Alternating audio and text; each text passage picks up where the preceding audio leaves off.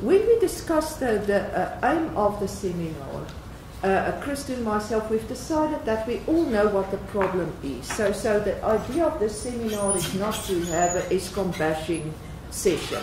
The aim of the seminar is to try to come up with potential solutions to the power crisis in South Africa. And in that respect, I think we are all looking forward to what the various speakers have in mind. The chair for all the sessions will be the CEO of the Afrikaanse Handelsinstituut, Christo van der Rede. And Christo did a lot of work in organizing this event, and he's also made the arrangements for the transmission of this event to other sources after this meeting. Christo, so I'm going to hand over to him, and he will chair all the sessions. Thank you very much, Prof. I will ask our President, Professor Tommy du Plessis, also just to say a few words. Prof. Thank you, Christo. Thank you, Prof. Elsby. All I want to say, and we are so glad to be associated with this seminar this morning. Thank you very much, Elsby, for all the work that you've put in. I think the AHI wants to be part of the solution. This is our philosophy. We don't want to stand in the street corner and moan and groan. And we want to be part of the solution, and this is why we want to be involved this morning, and we are looking forward that at the end of the day, when we walk out here, that we can come up with some solutions. So my best wishes to all the speakers, and please feel free, everybody. We've got a time for open discussion. Please, let's make it a positive session where we contribute towards this very serious thing that's happening in South Africa. Christo, thank you very much. Thank you. We also have different guests from different embassies here today, all in the field of energy and in the field of trade missions and things like that. So please feel free and enjoy yourself with us today. I will now ask Prof. Zia to step forward. Thank you very much, Jasper, for inviting me here. This is a part of a university event, so even though I am indeed officially on my leave, right probably to the end of February officially, but I started working on the 6th of January already, so it's something keeps bugging me at the beginning of the year, not just Eskom. I think that I prepared this. I thought that I could talk a little bit about this one, because initially when I received the email from Elsbe, it's say the rescue to Eskom. So university is a place that you have all the solutions for the world, for all the problems.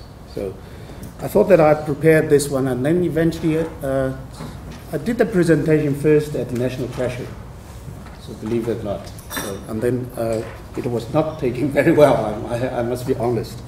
So I want to talk a little bit, as we said, that I'm coming from the National Hub of Energy Efficiency and Demand Side Management. So I will be talking a little bit more about the demand side instead of at the generation side. But it is about generation. So my title is Fuse Switching and Self-Generation at the heat demand side. Is that the solution? So let's look at one possibility of that one. So I think a fuse switching and self-generation by the words themselves, it's very clear. But then the heat demand, the side is probably a very foreign term to the Southern Hemisphere.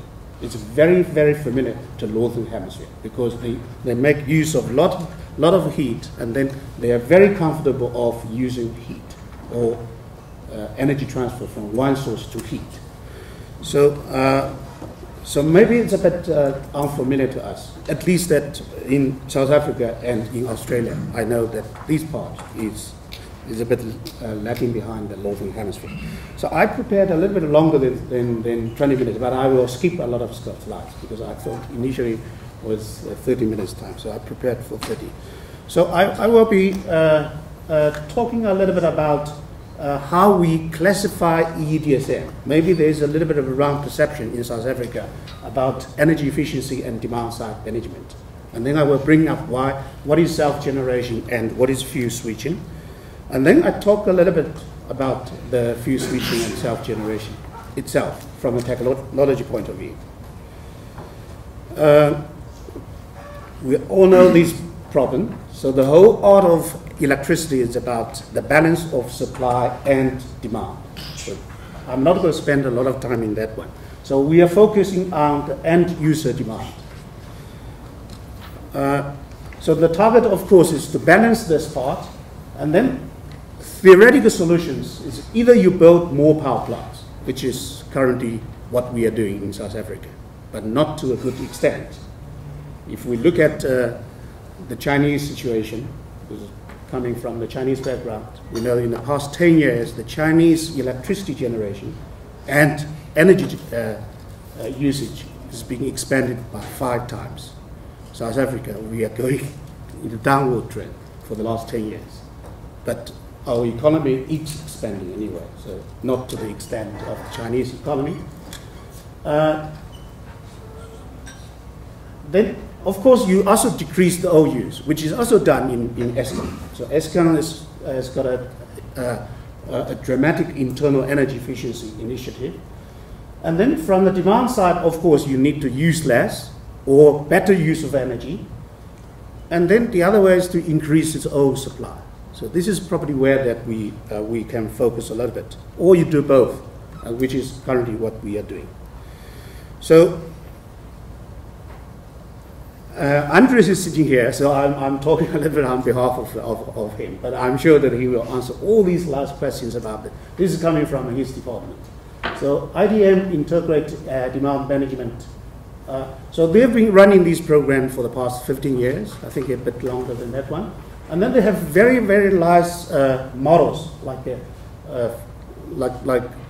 energy efficiency product for people to take, like the Eskom model, standard offer, performance contracting, standard product, and at the residential side, lighting, geyser blanket, timer, shower head, pool pumps, solar water heating, heat pumps, etc.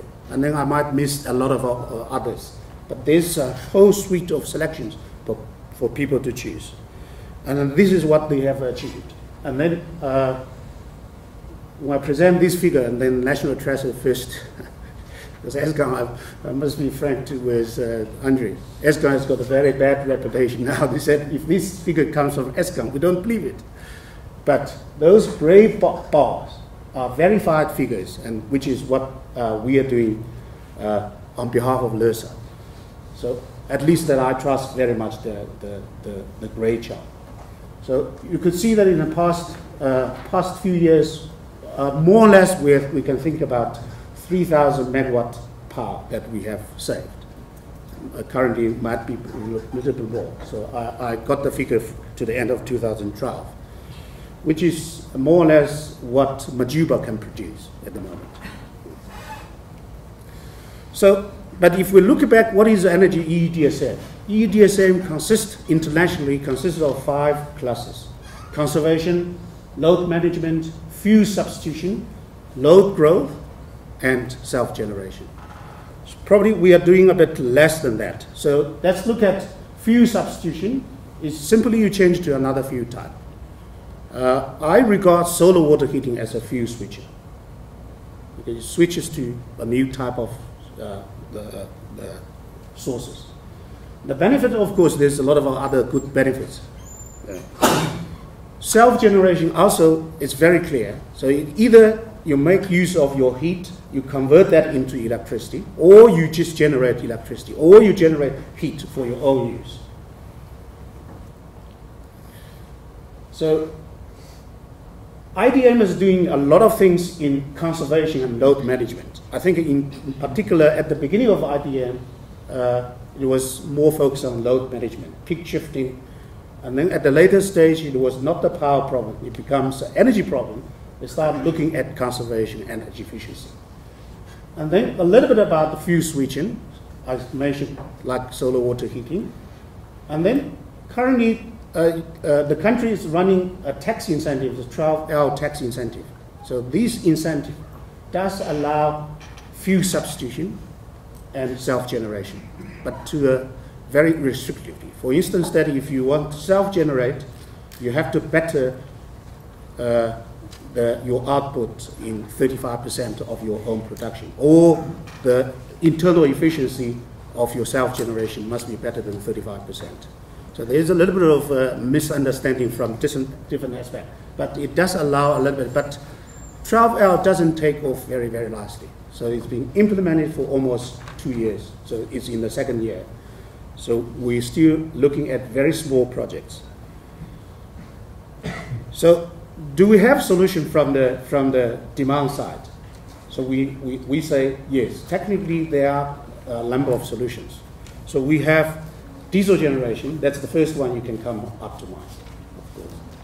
And then, quite interestingly, Ravi can confirm this one. Ravi works for Seneti. Seneti has done a study. In this country, there is a diesel generating capacity of over 4,000 megawatts, but it's not being used. So firstly, yes.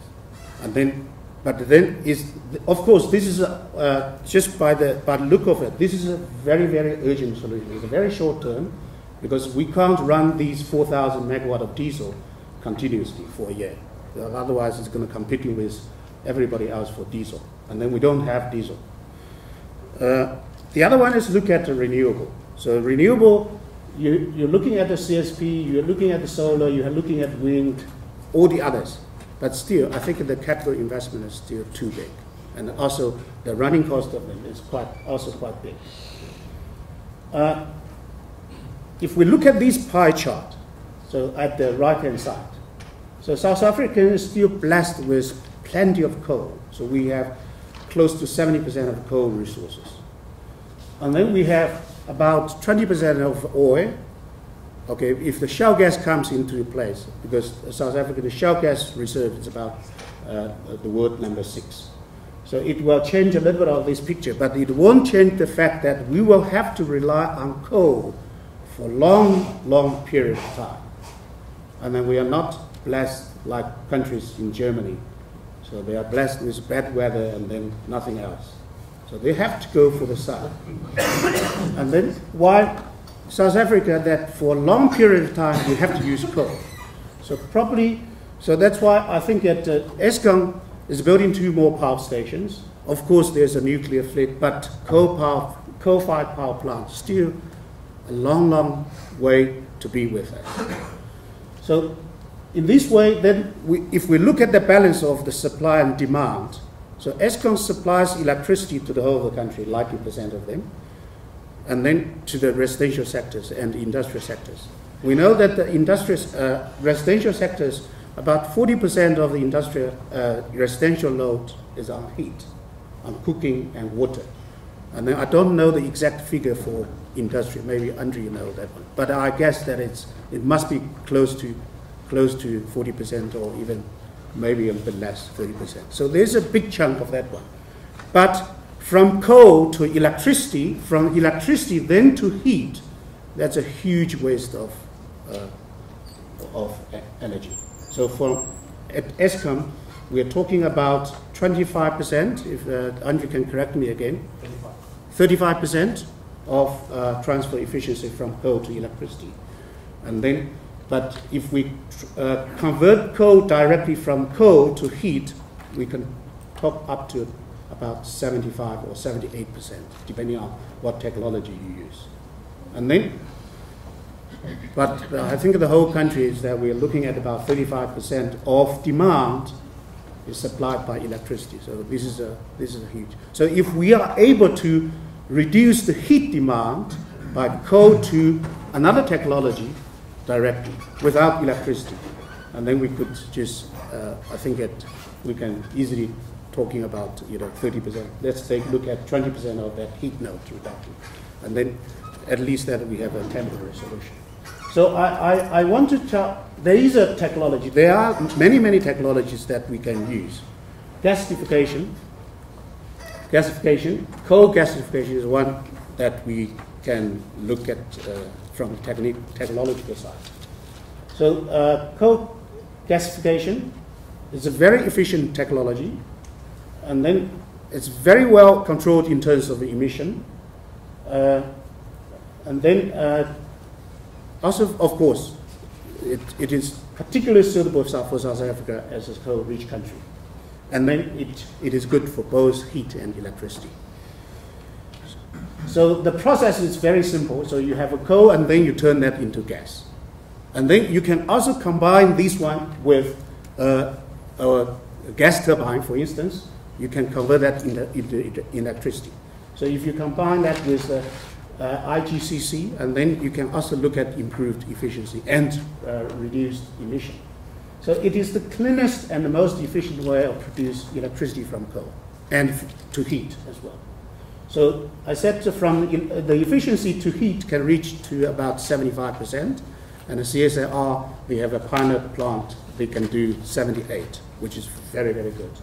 And then efficiency for ICGG could reach 55%. It's still 10 to 20% better than Eskom. So I must change that into 35%, but I got a figure is lower than 35%, might be. So then in terms of specific technology at the demand side, and then there are a number of range of products. So ranging from 500K to 20 megawatt or 15 megawatt. So it is particularly good for the demand side. Of course, the IGCC process, again, is a very well-established process and very, very well taken. And then in South Africa, from coal to heat, or coal to gas, or coal to electricity, so we have a certain number of projects going on. SASO, since 2005, the SASO's technology is based on the coal to gas. I think that's the core technology. Eskom has got an underground coal gasification project at Majuba, but a very, very small scale. But it does produce a little bit of electricity. Anglo-American is looking at the IPP with a good scale, 450 megawatts from discard coal. But I think that project is still a bit, there's still a little bit of way to go. CSIR mentioned there is a pilot plant, and at the university we are also doing a little bit of modeling and optimization of this process.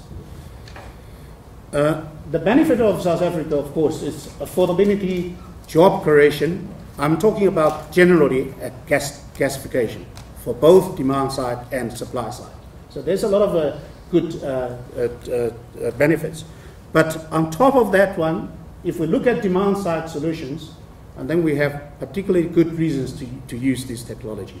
So for instance, it is well established, we said, and then it is modular, and then it's suitable for a wide range of applications. So you look at hotels, university, schools, of course, industrial thermal nodes, and then it consists of a whole chain of solutions from heat to electricity to chemicals, etc. And then it is also very affordable. So I want to emphasize this one. So we know that, let's start with Medupi. Medupi construction costs, I think I've got a figure of 145 billion. So that's equivalent to 32 million per megawatt. That's the construction cost. And then IDM for the past few years, I think my understanding is that IDM has a benchmark of 5 million rand per megawatt. So if you save energy for the demand. But this one, if you look at this one, it's very affordable in terms of capital investment. It's about 1 to 2 million rand per megawatt. And then the operational cost is extremely good at the current coal price. I think maybe in the next slides I will be talking. Let me see. Yes. So let's just translate this one into Eskom's crisis. Eskom now is load shedding us in stage 3. So 3 stages. Stage 1, so Eskom wants to shed 1,000 megawatt of power. Stage 2, 2,000. Stage 4, 4,000. So if we only look at these solutions and looking at the capital investment, looking at about 1 billion to 2 billion to avoid stage 1 load shedding. And then in comparison with IDM, MYPD3 budget is 3-point-something billion. I think I also got the figure from Ravi that Eskom, IDM for the past years, you guys spent a total of 13 billion rand. So that's more or less this amount, a bit more than this one. So, of course, there's a disadvantage. There's no local supply. I said this technology is not very familiar in the Southern Hemisphere, but it's very, very widely used in the Northern Hemisphere, especially in the developing world, in China, in Indonesia, in India, also in Europe. Not very well adapted in the Americans, but Europe, they have a very good market entry regulations. So Germany and Denmark, they have a national standard.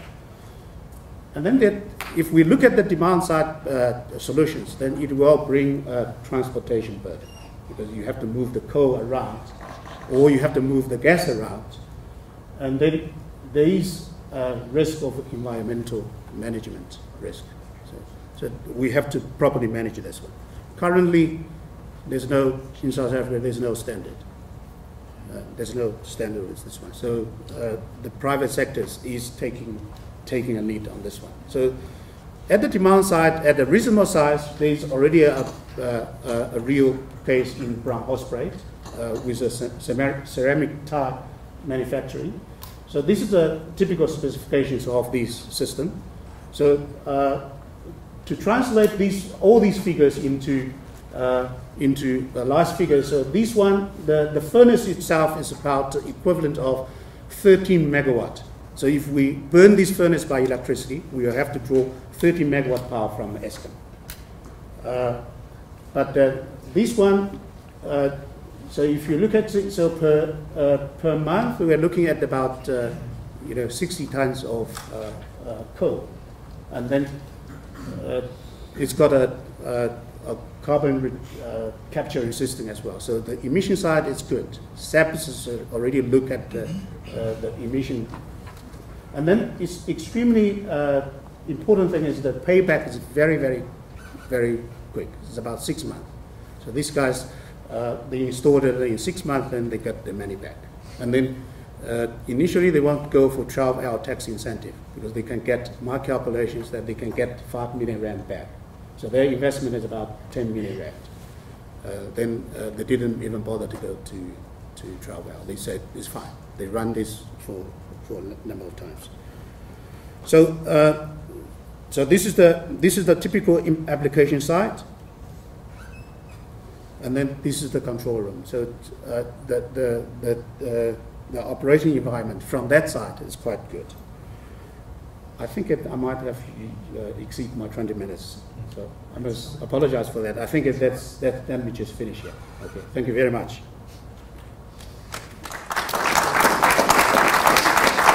Thank you, Prof, for most insightful presentation. We're now asking Prof. Raymond. Please take forward. Good morning, everyone. Thank you very much for this opportunity to share some thoughts with you on this matter. I only found out I was doing that when I arrived this morning, so you'll forgive me if I am somewhat impromptu in my responses. But it is familiar territory for an economist in South Africa. You know the definitions of economists these days are very cynical ones, like if you have forgotten your cell number, a phone number, they will estimate it for you.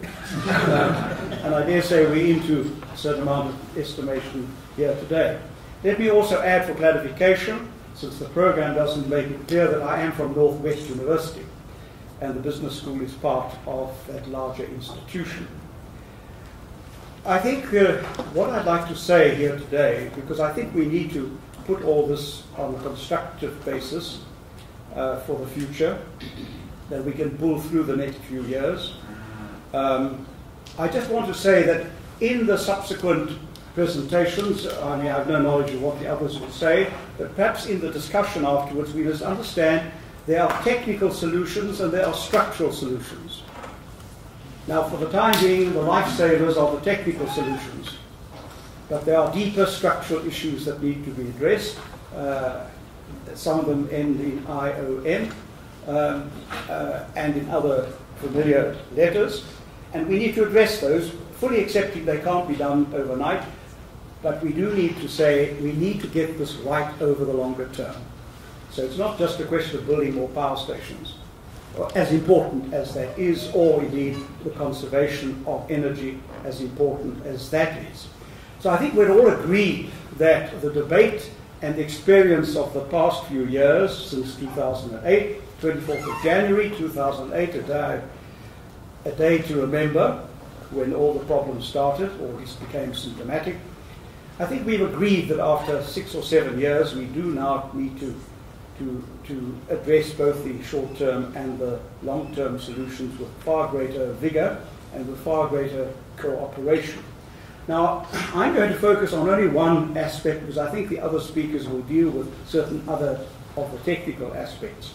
I think we all agreed, as the Governor of the Reserve Bank said earlier this week, at the risk of being repetitive, this is a more serious challenge, keeping the lights on, than the fact that we're going to get cheaper fuel. No point going up to the pump for cheaper fuel and the pump doesn't work.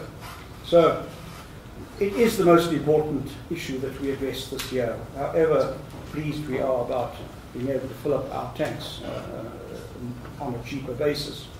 And I think the other important point which I want to make in honing in on my basic point is we do need to think outside the box a little bit in trying to establish what both the technical and the longer term structural solutions have to be.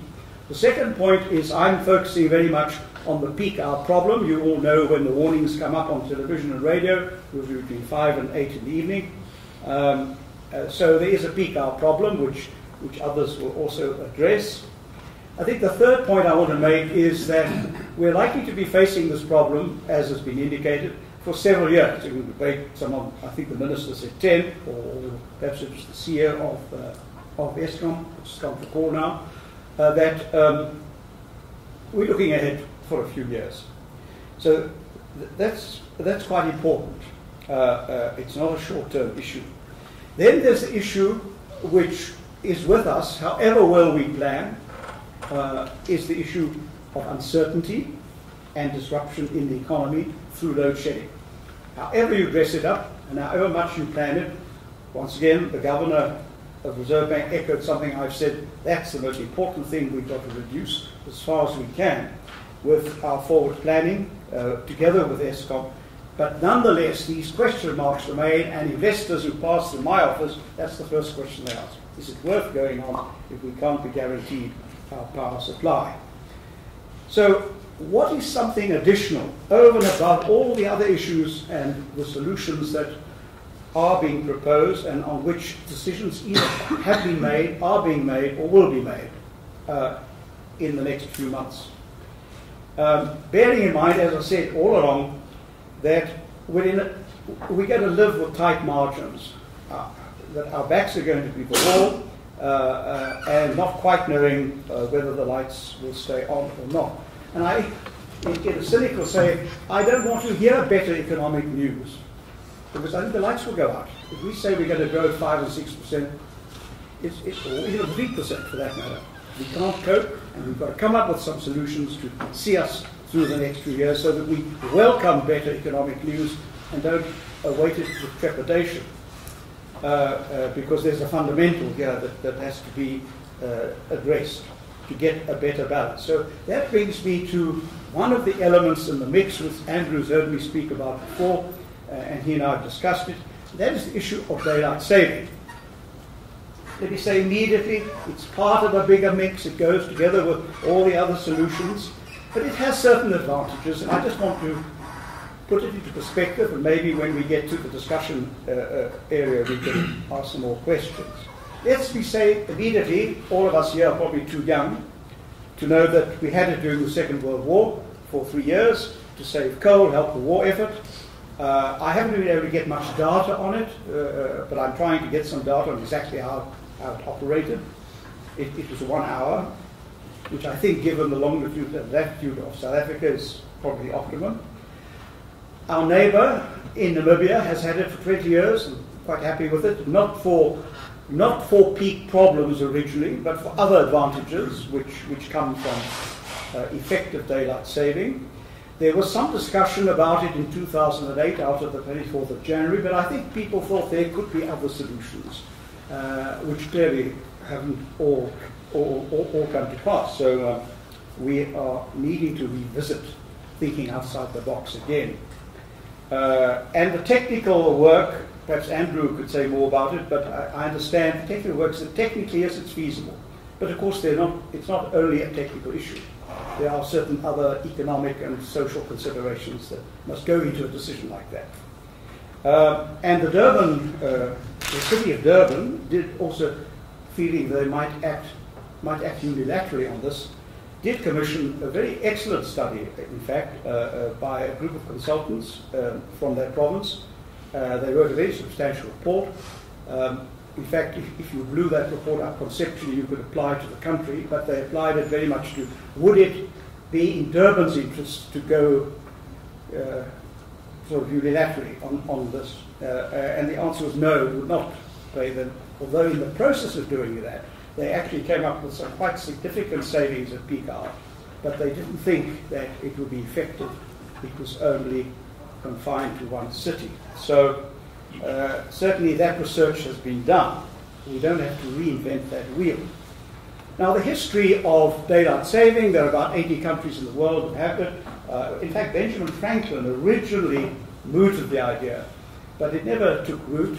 He was quite an innovative thinker, but it didn't take root until the First World War, when, because of the pressures of war, usually the two pressure points that led to daylight saving in different parts of the world have been war and energy. Those are the two drivers that force people to think about it. And then once they've got it, as in the First World War, Germany started it because they felt they had to save coal and help the war effort and so forth, and followed by Britain and all the others to help the war effort in the First World War. And then afterwards they rather liked it for other reasons. It had certain other advantages, so they kept it. That doesn't mean to say there's always been consensus. I mean, there are people who don't like it for certain reasons, or certain sectors who feel worse off, others are better off. You have to make a national judgment call as to where you think the balance of advantages lie. And interest groups, if you look at the history of daylight saving, it's very interesting. Sometimes their views change over the decades. Farmers were opposed to it. Who wants to get up an hour earlier? Now, with modern technology, they say, actually, this is a rather good thing. Or they're neutral, or they're more supportive, for example.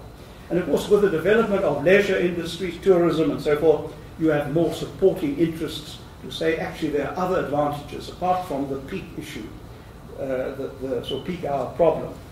Now, what can you save? Let me say immediately, all the international studies show that you save something like up to 1% at peak hours. But you see, for South Africa, that could make all the difference, could all help in the mix of all the other things.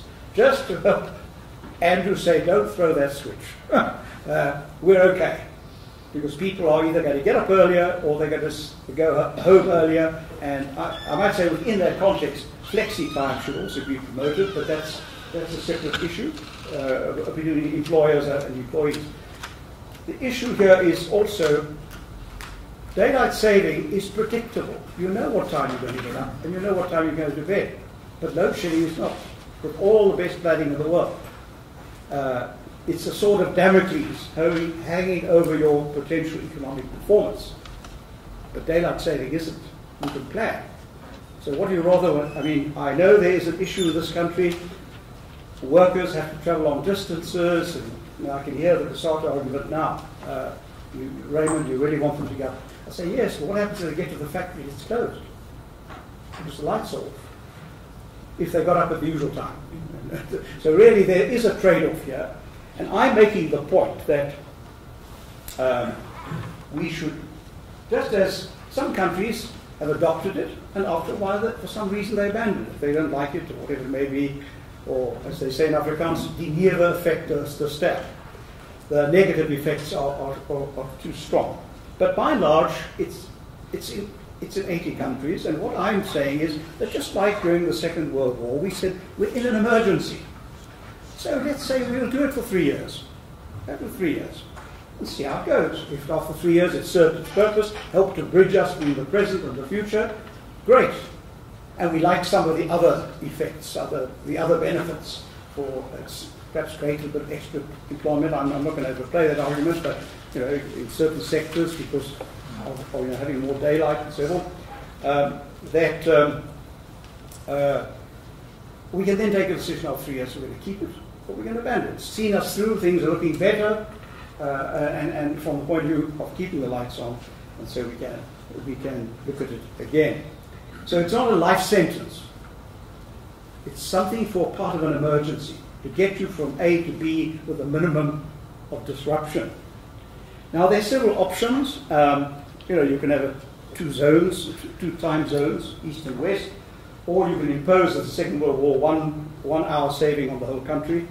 I mean, I don't want to be dogmatic, because my recommendation is that we should set up a small task team to have a look at this, an independent task team. It mustn't be composed of vested interests of any kind. They must look at it and say, look, we've looked at the national experience, we're looking at South Africa, there's a lot of material, no wheels need to be reinvented here, it's more a question of panel beating into the South African situation, and then say, I mean, if I were giving a timetable, I would say to government, no, you don't have to take this decision next week.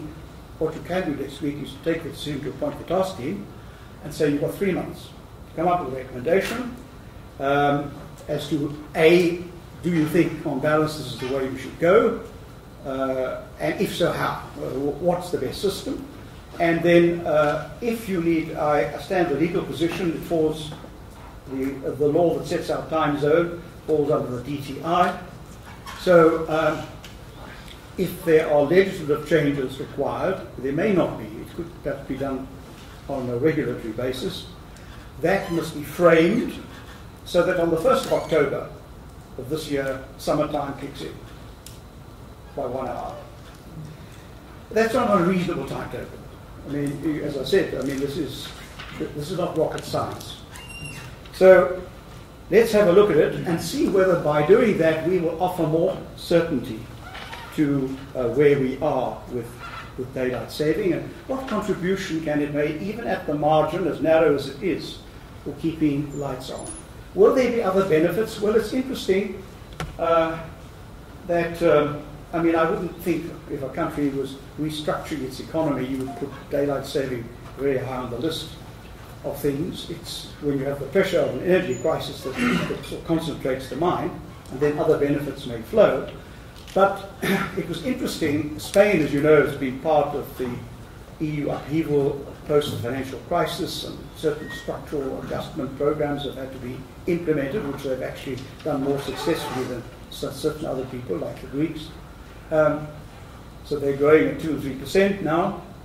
But when I was reading their program, all the usual macroeconomic stuff, fiscal reform and consolidation and labour market reform, and then tucked away was, we're going on to European daylight saving time. They were not on European daylight saving time. We're doing it because we think those siestas should be a little shorter. Well, they didn't quite put it that way. They said, we want to improve the productivity of the workforce. And there was no resistance to it. They were not on European saving time, and now they are. I thought it was interesting that someone said, well, let's tack that on. That's all part of it's a mindset change, because in a way, when you say to South Africans, look, among the things we're going to do to save energy, it is to go on daylight saving, that's a message that strikes right into everyone's home. In a way, some of this technical stuff doesn't, although it's all important, of course. You know, you're really looking for something that's going to permeate every home, every business. Some businesses will complain. But I think you've got to take the big view here and say, well, you want load shedding. I mean, that's your choice. Would you rather plan on a load shedding or know that your economic operations will have to be adjusted by an hour depending where you are in the country and at which time of the year, and that there will be some gains for the country as a whole? So I thought that perhaps the best I could do was to use my time to throw that into the discussion and say, look, I think we're right to consider it. I was quite happy a few years ago to say, well, look, if we can solve this in some other way, we don't have to do it. In any case, at that point, no one felt the situation acute enough, prepared to swallow the idea of daylight saving. But now it almost looks like an attractive opposition, like an attractive alternative compared with what we're going through and may still go through, with the best of cooperation, with the best of technical solutions. So I'd like to throw that into the mix and say, I think South Africa has reached the point where we need to seriously consider quickly investigating and taking a decision on daylight saving, that it could help us to get through the next few years with less hardship and disruption than we're experiencing under the present arrangements, and would be better for the economy, better for business confidence, better for investment, better for job creation, just a better climate. And you may say, well, what will credit rating agencies say? Well, they don't take too much notice, but they will take notice that here's a determination. We're prepared to walk that extra mile. Yes, and some people will mumble and say, we don't like it, and it's inconvenient. I mean, I heard someone say that they like to go running in the morning, now they've got to go an hour earlier. I said, look, that's the least of my worries. There are bigger issues at stake, and if daylight saving can make a contribution to keeping the lights on during peak hours and have some other advantages, then I think we should look at it very seriously. Thank you. I'll start Professor Marius Pretorius, please to step forward. Right, good morning, ladies and gentlemen. It's actually slightly difficult for me to start this process, so maybe I must just start and hopefully something will come to mind. About 10 days ago, the Dean phoned me and she said, this is what will happen today, and you will speak on business rescue. And then afterwards she said, will you? So I inserted Eskom in my conversations right from that moment. And I also, it's like when you buy a new car, suddenly on the road you see other cars which are the same. And the same thing happened. I noticed what was on TV about Eskom. I looked at the newspapers, which I normally do not look at really. I listened to the radio a bit more. And then what I did is I requested for rumors. I spoke to a couple of people and I said, tell me all your rumors. Because I know, in all my research, this is the main source of information. Rumors are somehow always ahead of the time. In a long time ago, some of you I recognize will remember in the army we called them the Deel 3 order. You remember? That was a rumor. It's nothing official, but everybody knew about it. So what I'm going to say here today is my personal opinion, and I'm going to approach this from a perspective of business rescue. So who am I to talk to you? I say that that is the Chinese devil. Okay? And I'm talking about devil's advocacy. That's why I use that picture. This is the job that I normally do in organizations. I go in and I play the role of a devil's advocate. I question everything. So this is what I will do today. And I'll be brutally honest, because I believe if you are really my friend and I have that problem, you will tell me, hey boy, wipe your nose, there's something wrong. So I have my way, you might have your way. As for the right way, the correct way, and the only way, that doesn't exist. So what I'm going to do is share with you the way that I use when I do things like this. And it is purely a perception. And I went back into a little bit of the theory and I said, why do businesses land in trouble? Because it is one thing to talk about solutions, but if you do not understand the cause, really, how can you address this by proposing any solutions? So we know that some businesses land in problem because they are performing well, and that is true, and I didn't know that until some people told me that. But I'm not going to go into depth of that. Then we know that businesses go into trouble because they underperform. Some others land in a situation which comes from the outside, and they are in strategic distress. It's not their fault. The market changed. And then, of course, there are the other groups, or the other group is those that land in crisis. And once once we can identify that, we can hone in on the specific problems of that specific organization. And I'm saying again, my experience in the energy field is like two versions. I did some work for Eskom in 2010, and an investigation. So I went back and I looked at what happened there. And then I did some work for Exaro, just by accident. It involved alternative energy. So when I looked at that, I thought to myself, I think that Eskom's situation is one of underperformance.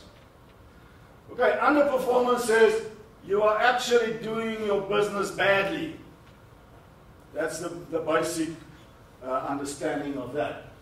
Okay, so what about that?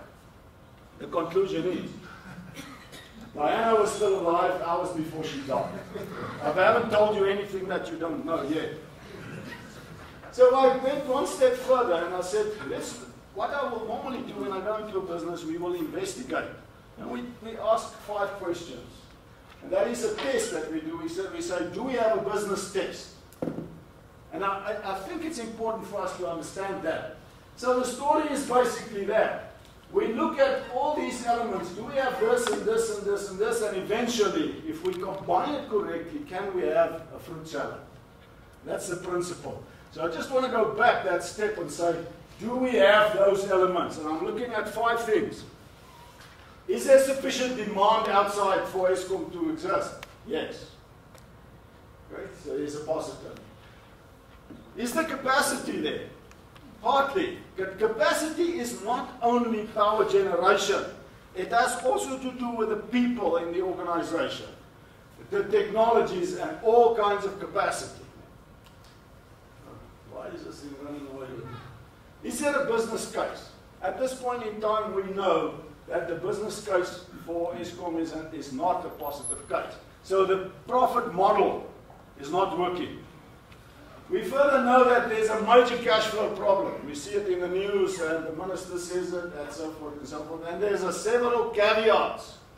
And I want to explore those a little bit further, especially in the caveats. Because if we don't understand them, we will not be able to fix. I'm sorry for that. So what I did is I eventually put together what I call a metaphor. And I'm telling you a story. And the metaphor is that of the only child. Just think about it for 1 minute. There are parents, they have a hard time having a child. Eventually they have a child. And so they are so happy. They are already in their 30s and now they have the child. They send the child to school. They actually go to school with a child. They instruct the teacher how to do things. They throw money at everything. The child grows up, gets into high school, gets a car. He's been looked after, protected. And then it goes to the university. And then at the university, the parents come and see me. The child cannot come and see me. The child doesn't have the capabilities because it's always been protected. Okay. So I've drawn that. As a toddler, there's always an oversupply of resources. When the primary school goes, protected. The teacher is wrong. What does a child learn in this process is that it's always somebody else's mistake. Okay? We never take accountability. But now, later in life, this child becomes kind of a problem person. You don't really want to appoint them in your business. The parents is cash strapped. They have spent all their money. They cannot throw more money to their adult child. And I think this is what happened, kind of, when we look at the Eskom situation. There are now parent regrets. They reflect on the mistakes they've made, and we're partly doing that too today. They attribute it. They say, you know, it is my only child, and I didn't think that it was the wrong thing that we did at the time. And it's just purely, ladies and gentlemen, I'm not criticizing, I'm putting the situation before you. And then I came up and said, for a long time, parents have never perceived the severity of their acts. And here we have more or less the same thing. If we think about Eskom, it was the only company. The government threw money to it. Maybe I'll use this word here. What we are suffering today is monopoly decay syndrome. And monopoly decay syndrome is the result of no competition. There's never been competition. And still now, we are saying that we need to open, I see in the 5-point plan that I Googled, Google is helpful, it says cogeneration, but the legislation is not in place yet. We need it urgently. But it's all the suffering of the monopoly decay syndrome. What I did further is then, I looked at all those elements, and I just want to look at the one that I haven't spoken about, the caveats. Management cognition, awareness of the reasons for it. You know, I went back to some work that I've done, and you can see on that graph, in 2010, we did an investigation in a part of the distribution unit of Eskom. And the evaluation was low. Look at where that graph lies. Everything was low, the culture fixation, the leadership execution. And I went back to that report that we did. But what came out of that was, at the same time, Eskom in 2010 had excellent strategic plans in place. The strategic unit presented to the group of us, and I thought my strategic plan is there. But what was wrong was to do with the gap. There was a big gap. The message never got through past the strategic unit. Okay? There was a shift in accountability and responsibility. People didn't want to take responsibility for that. We had this meeting inside. Everybody talked about it. When the real stuff happens is outside when you drink tea. You listen to what people say. And they said, those guys in there have no clue what's going on in the organization. Yes, excellent plans. But it doesn't work like that on the ground. So there was this gap. And it's not abnormal. We find it in all organizations, in most organizations. Even if I go and I look at my own organization, I can also point to that in certain places. Okay, so there was a gap in the leadership. Culture wasn't supportive. So what people suggested to me, I'm a cyclist, I cycled this morning, and I got some advice at 5:30 this morning from my group when we cycled. So I'll add some of that in, because I haven't put it in the slides. I did the slides last night. So the one thing that we must address is on the demand side, it is proposed that we look at customer education. I think this is what we can do. We might not be able to fix the stuff that we've been speaking about immediately, but there is a very important one, and your proposal is like one, customer education. I think we are our worst enemy. I came into our building this morning. I walked in the corridor. The corridor is dark. There are two offices where the lights are on for the weekend. People forgot, just purely forgot to put the light on. Simple things, I think. That is where we can look. The application of technology, I think that is also in the 5-point plan anyway. And then there's a big problem, the addressing of theft, electricity theft. Capacity, most of the problems appear to be on the HR side. What people tell me is that the top engineers left, the professionals left, the good technicians are left, or they are in the process of leaving for various reasons. There's a major amount of work outsourced, but the monitoring ability of that outsourced work seems to be questionable. So maybe there we can have a look at something there. And then what they are telling me is that there's a lot of people at work, but not working.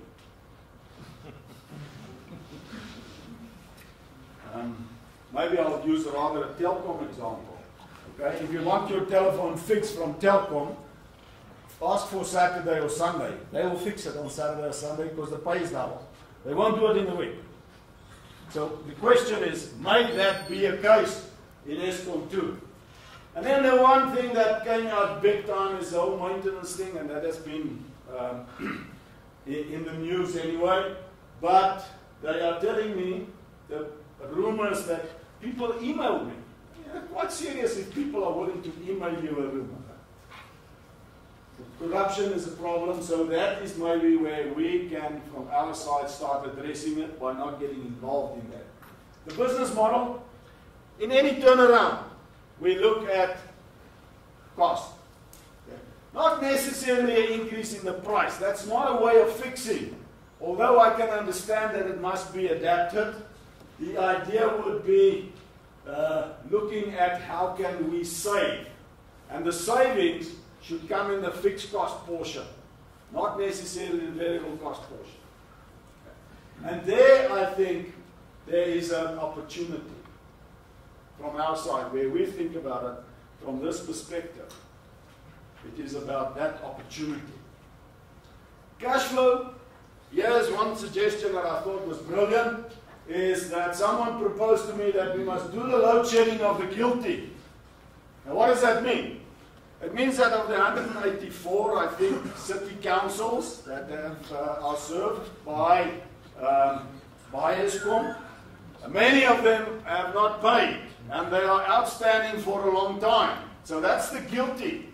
If we can list those city councils and proportionally make them load shed more, then the pressure will come from the bottom. To say, we have paid over the money, why aren't you paying Eskom because we are suffering on the ground? So maybe reversing that process, that is one suggestion that came forward. And then the caveats.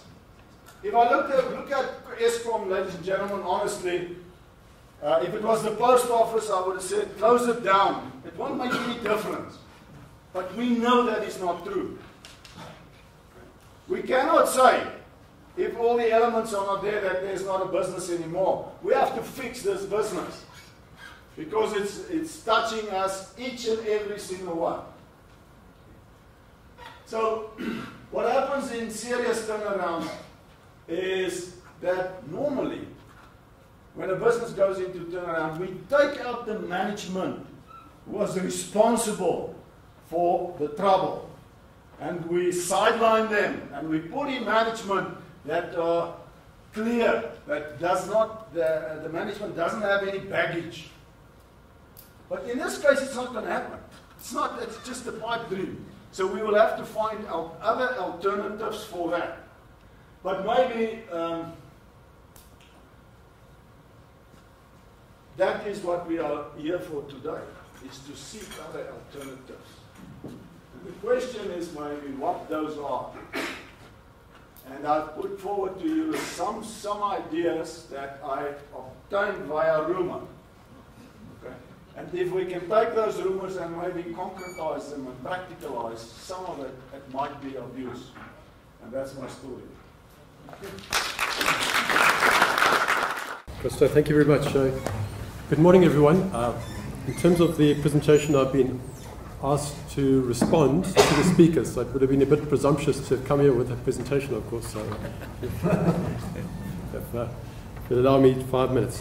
Thank you, firstly, from Christo to the AHI and to the university. We really have, I think, over many years now, enjoyed, I think what I said, a challenging and constructive relationship with yourselves, and personally with yourself, so we really do appreciate that.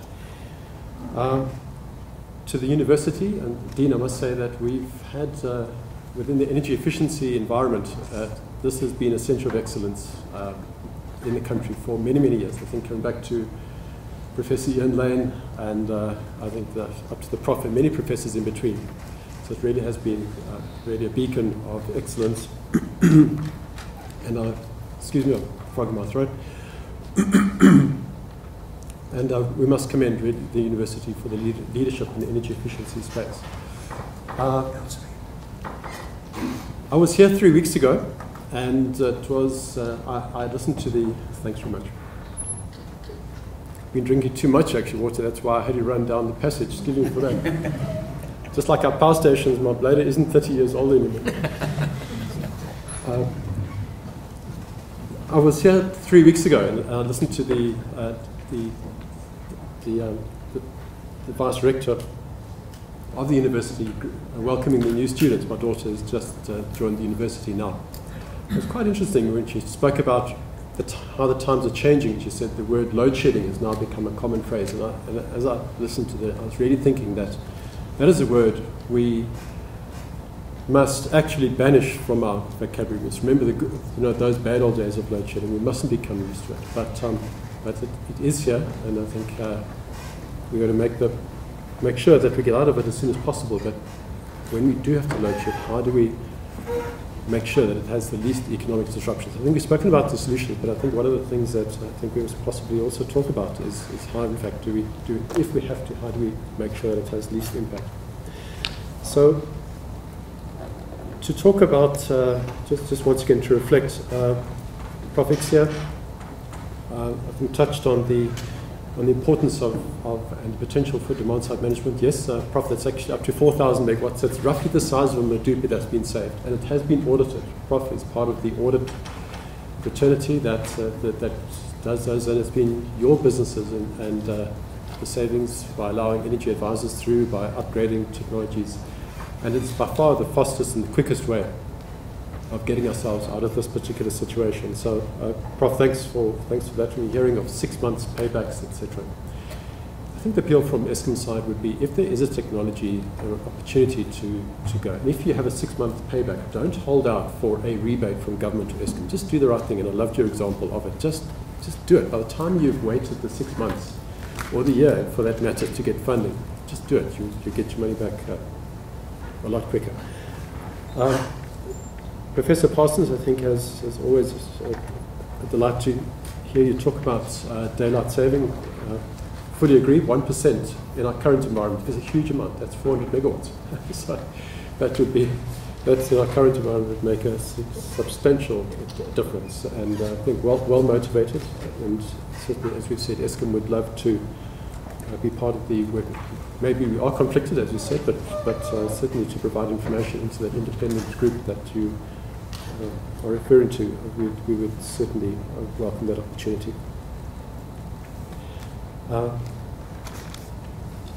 Then Boris, never followed so many professors. This is extremely intimidating, but I think once again very thought-provoking in terms of business rescue and how those principles are applied and those criteria applied to Eskom. The metaphor of a child, I think, very powerful as well. It's given a good deal of thought, and it's also fresh thinking about the particular problem. 2 points. I think you say that a lot of people at Eskom are at work but not at work, and I think we all know what that means. And yeah, I'm sure we are not perfect at all. But don't write Eskom off. There are also people over weekends who are home but not at home. Okay, and that's Dion and me, and we're here. Okay, so don't write us off completely. And then the issue of corruption. I think the point of corruption is a very important one. And Eskom's governance structures must be 100%, but we do need your support in that. I think, exactly as it said, to not participate. If you're aware of anything that's corrupt, anything that smells fishy, please let us know. We've got a good forensic department. There are they call it whistleblower lines, etc., anonymous reporting, etc. Let us know. I'm sure you would take corruption seriously. I had the unfortunate experience of needing to fire someone in my department in December for signing an invoice he shouldn't have, and we'll take action. So please don't see us as a corrupt company. Well, let's say if there is corruption, it's zero tolerance is the culture that we must make sure is there.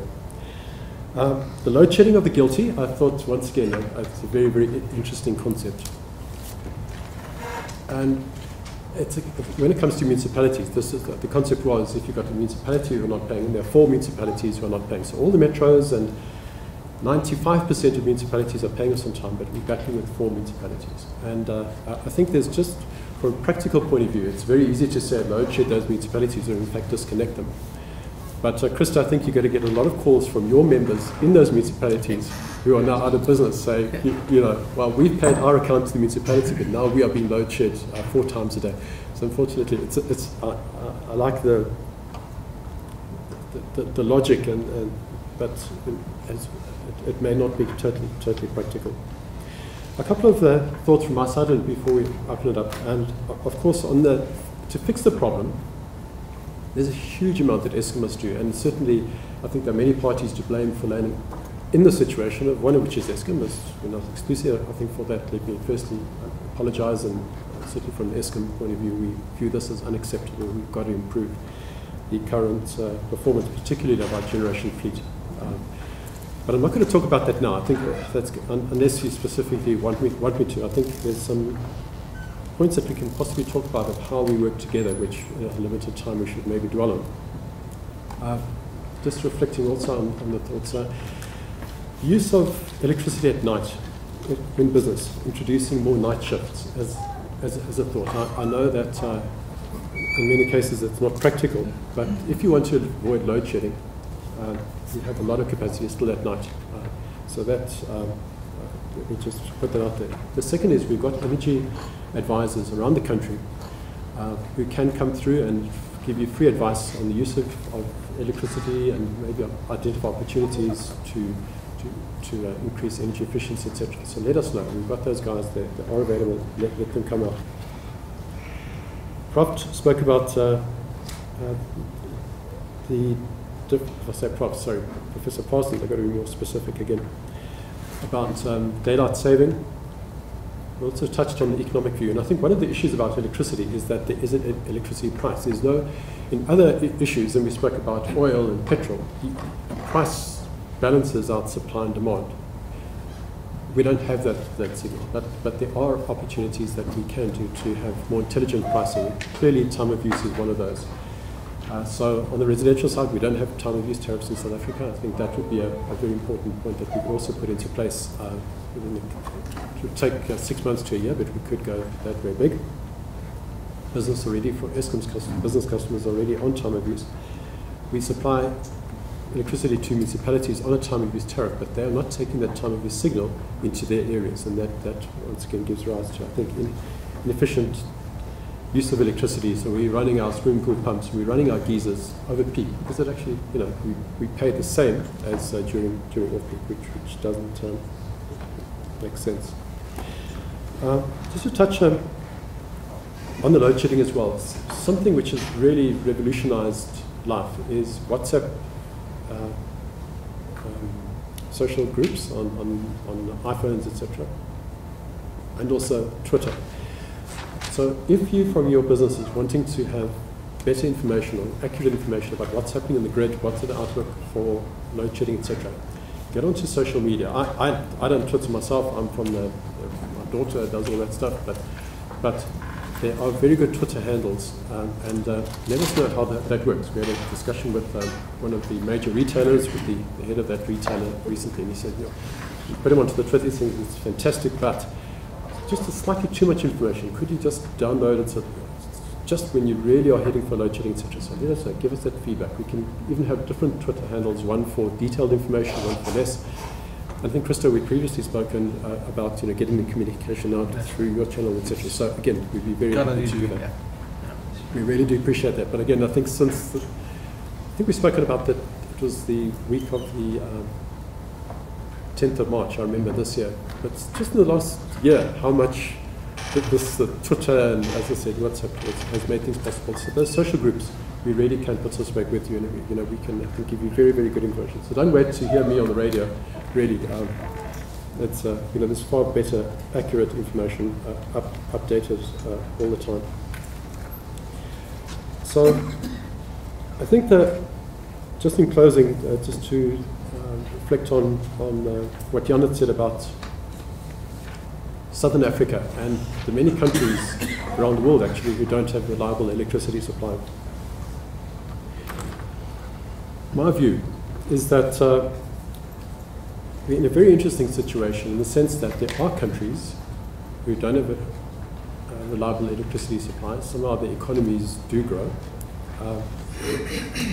If you take the number of hours that an average customer in South Africa was without electricity because of load shedding last year, and you divide that by the total number of hours in a year, 8,760 hours, you'll find that we are as customers, all of us, got electricity for 99.5% of the time. Okay, so we're talking about that 0.5. And how, if we, maybe it's going to be 99% this year, and how much havoc is caused in our economy by not having that 0.5%. But I wanted to close by really saying that the expectation is for Eskom to deliver 100%, and that's fantastic. So as much as Eskom's getting beaten up, and happy to take your questions, etc., the fact that you have high expectations of us is fantastic. Never lose that. Never let's become one of those countries where it's just like, whatever, that just slips in the background, and some hours you got and some you don't. Let's have these weekend crisis meetings when we slip to 99.5%. We're definitely committed to get that back to 100%, my colleague Dion and me. So on that note, if I could once again thank you for the invitation. I'll try and answer all the questions you have, but on all the suggestions I can guarantee as always be able to take that. Krista, thank you very much. Thanks. Let's start with the questions, and you can perhaps direct it to any specific person in front. We'll allow 5 questions at a time, and then our guests can respond, and then another 5. Okay, let's start with the day. Please just identify yourself. AHI. We've touched on solar energy this morning, and I want to kick off with Andrew's 5%, and then latch on also to the funding problem that Eskom has, and then also taking Raymond's suggestion of the time zones. The situation is that Eskom is a sole producer of energy, or is regarded as a sole producer, and it seems as if legislation is also preventing them from buying energy from other producers. At the moment, according to the latest information, legislation is being addressed at the moment, and they are entering into arrangements, I think, of 4 or 5 energy producers at the moment. I think if one flies in over any airport in South Africa, you see all these roofs sitting here below in industrial areas, and I'm not talking even about residential roofs. None of them, or very few of them, have solar, what do you call it, on top of it. Why don't we venture onto where we engage, especially your manufacturing industry, but anybody who's got a roof, to put up these panels. These panels on the roofs, and start producing daylight energy, because it's daylight, and in particular that was shown, I think shown the peak in the late hour, late in the afternoon, and you can take Raymond's suggesting into consideration, especially with the sun setting in Cape Town about 8:30 roundabout, and in the morning, I think 4:30 or 5 o'clock, the sun rises in Durban. You've got those times available to create energy, solar energy from those roofs. Why is it that we can't use that sort of resource? Because that means that Eskom doesn't have to put up the money for that in the first place. And secondly, it is a renewable energy, and it is an energy that can be utilized when there are the peak times. I'm not talking about midday, I'm talking about early and late. Why can't we engage, let's say, the private sector in total into the grid, so that you've got a flow back and forth, and thereby creating that additional energy? Next one. Okay, next one. Theo. Thanks, Christo. I've got 2 questions. The one is directed to Andrew, and the other one, anybody that feels confident can answer it. The first one is, I want to congratulate Eskom for not sending their top management to the World Economic Forum. I think you've saved us about 5 million rand looking at the cost of the World Economic Forum. But can you also save the cost of continuing to support the New Age breakfast things, which I think is total waste? My second question is, just some good news from the Northwest. I'm from Potchefstroom and the Northwest AHI. the Premier appointed yesterday an administrator to your other problem child, which is the Matlusana municipality. They owe you a lot of money as well as the water boards. So I hope that administrator will sort it out. Now my second question, and that is, I grew up in the Vaal Triangle, the three flames keeping me awake at night. Eskom, that is now ArcelorMittal, Sasol, as well as Natref. Can't they utilize those flames burning up there in the sky to heat water somewhere and generate electricity? Haven't anybody thought about that? Just a question. Okay. Let me take a hand there, and then in front, and then I want someone from the Milling Association as well. Louis Raubenheimer. Question is posed to Andrew. Sorry, and this is just a question because I actually don't know exactly how it works. So, why does Eskom not supply electricity to everybody? Why is it via resellers, and why specifically via, in the prepaid space, these blue label technologies, iTron, AutoPage, and it just becomes your collection capability is actually being diluted so much. And I think that's probably one of the reasons why it's affecting your financial statements. Thank you. I hear all these plans to reduce demand, and we need that, but as we reduce demand, your revenue is reduced, and then the tariffs go up because you are being compensated by the regulator for lower than expected or lower than granted revenue. Is there any discussion at the moment, in the war room or wherever the discussions are being done, to change that model? Because the more we save, the more we are being penalized as consumers, and that is just a business model that's stupid.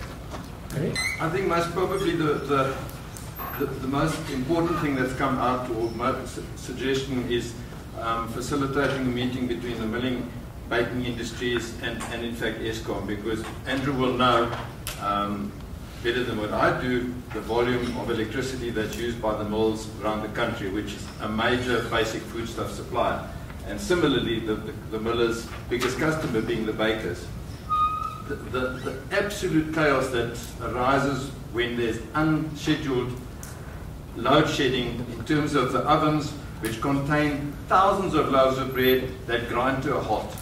And because of the power usage, the existence of large enough generators is a very expensive situation, both in the milling and on the baking side. There are mills in Pretoria who combined together maybe with the motor car manufacturers out outside Francois up that way, are most probably the biggest single users of power in Pretoria anyway. So it's something that Jeff and I discussed just briefly, and that we will, through you, work and see what we can do to facilitate the meeting as soon as possible.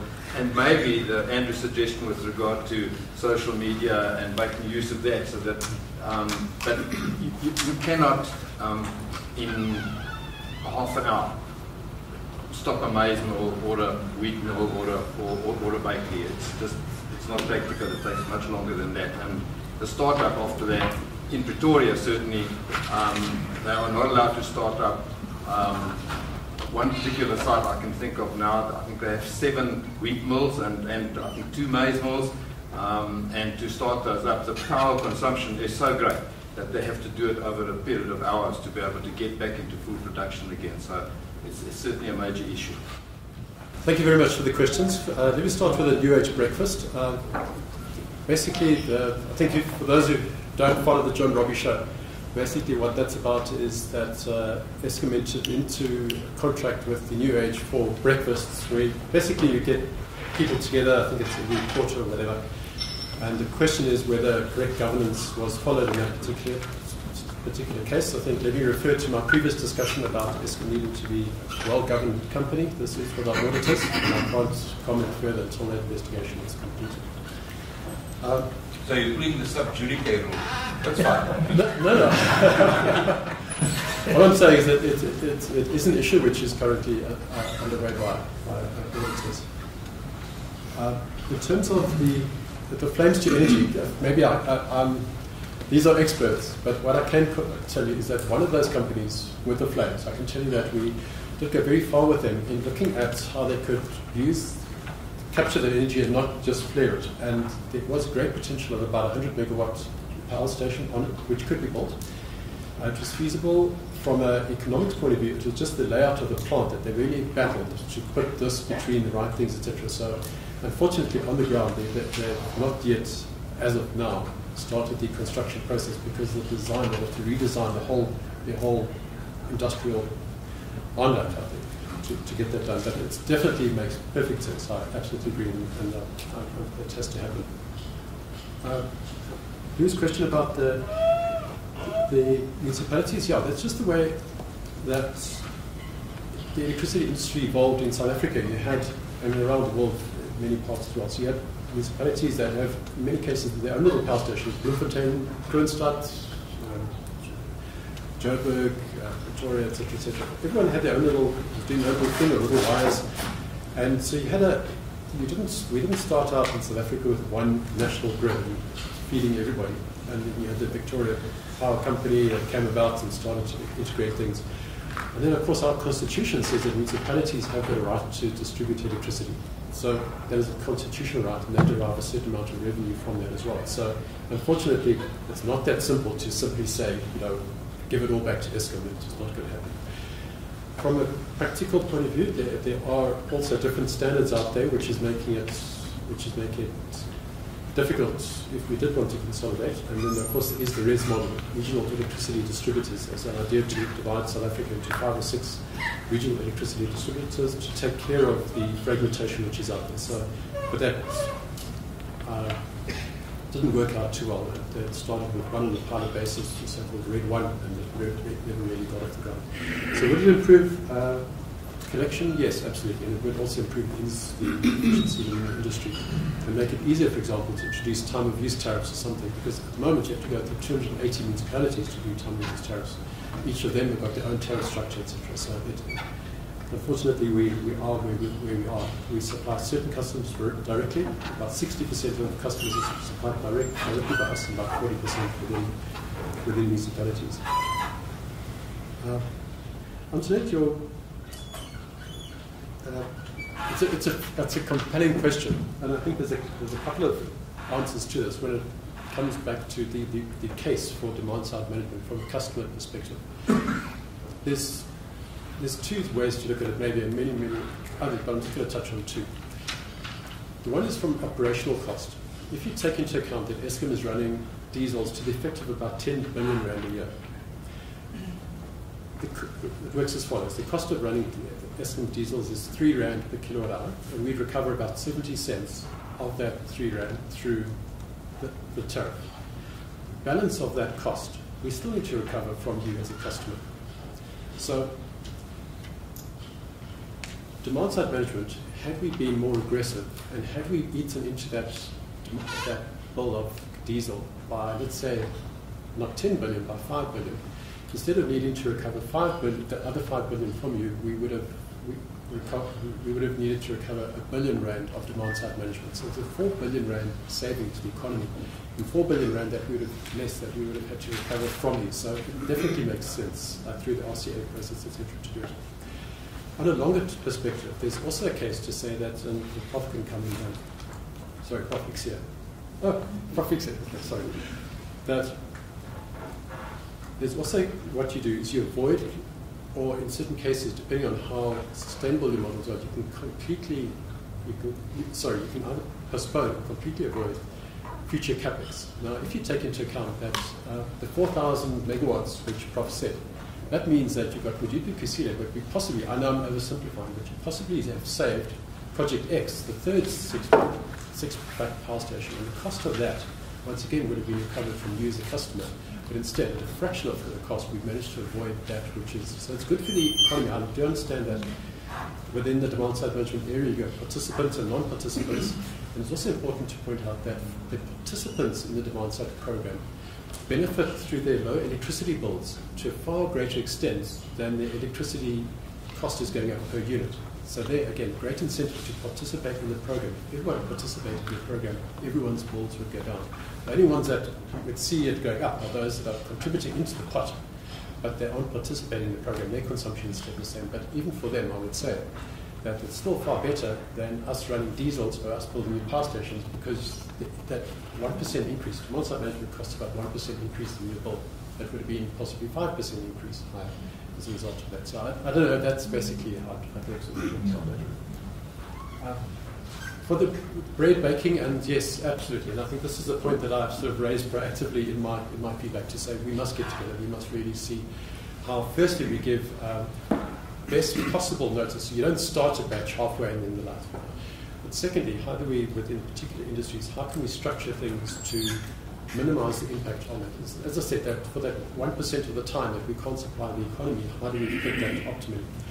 Great suggestions come through every day, so please let us know them. I'll just give you one other example. It was from a retailer. He said, just pointed out that the flow of business through the day is really pitched towards the end of the month and is pitched towards the end of the day. So if you're interrupting a shopping mall, do it in the morning. But maybe from baking a bread point of view, rather interrupt the shopping mall in the morning and not the bread bakers, and do the bread bakers an opportunity. What I was saying is that there's an opportunity for us to talk to each other and figure this out. If we don't have enough electricity, how do we minimize the overall impact on the economy?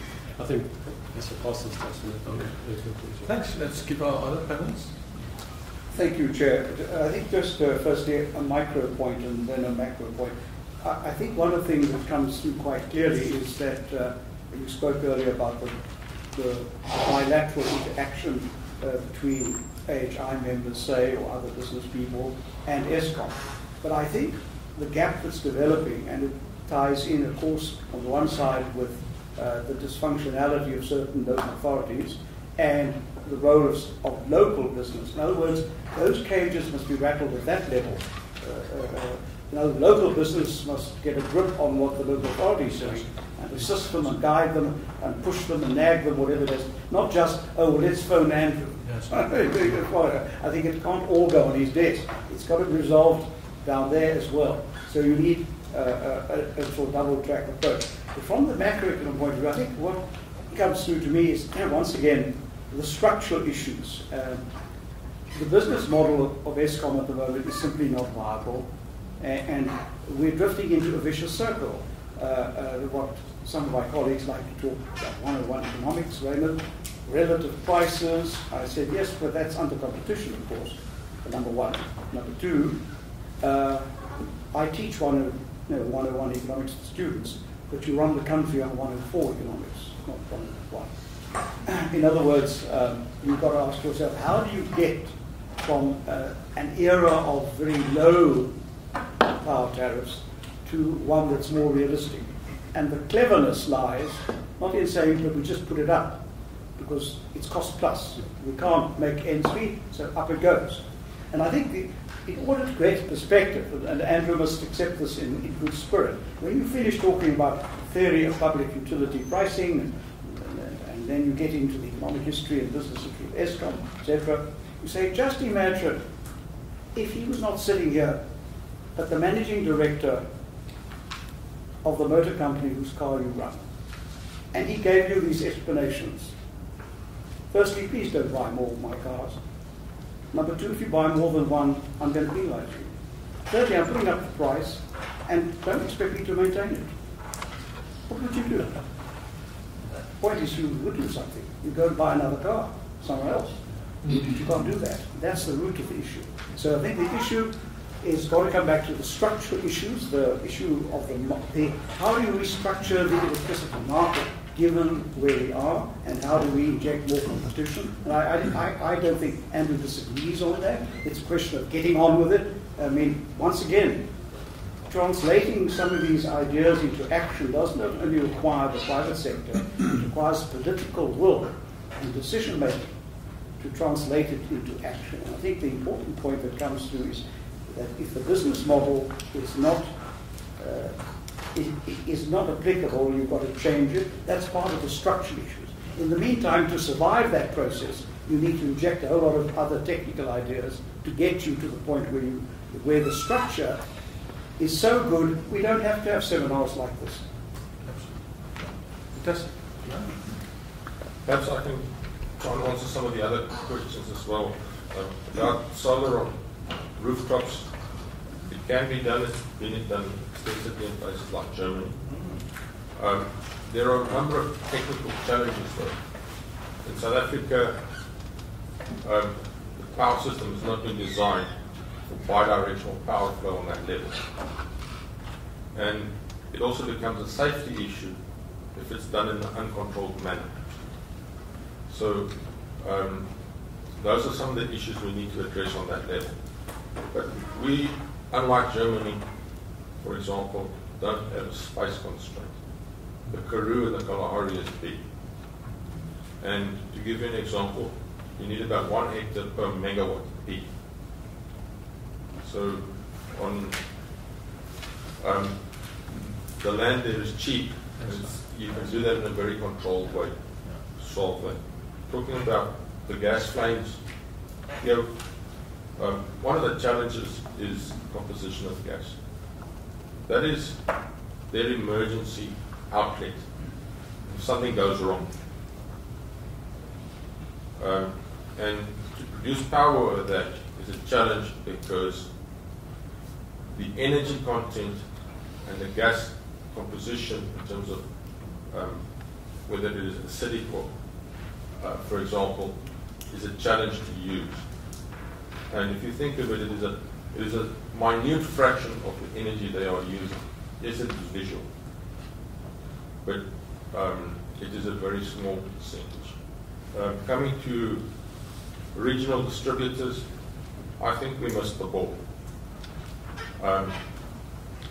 There was an attempt at it in South Africa that lasted 10 to 15 years, and eventually we just gave up. On the other hand, our neighbors in Namibia have got it right. So if they can get it right, why can't we? Again, it's about political will. The municipalities generate a very large portion of their income from electricity sales. And if you look at various municipalities around the country, the price of electricity that they sell to private consumers, from the cheapest to the most expensive, nearly doubles.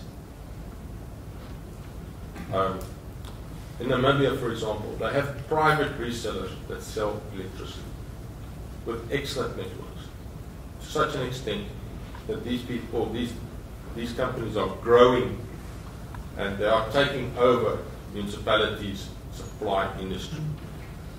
So it's a model that can work, not only in Europe, we work on our doorstep. It's been working in Namibia for a number of years, very successful.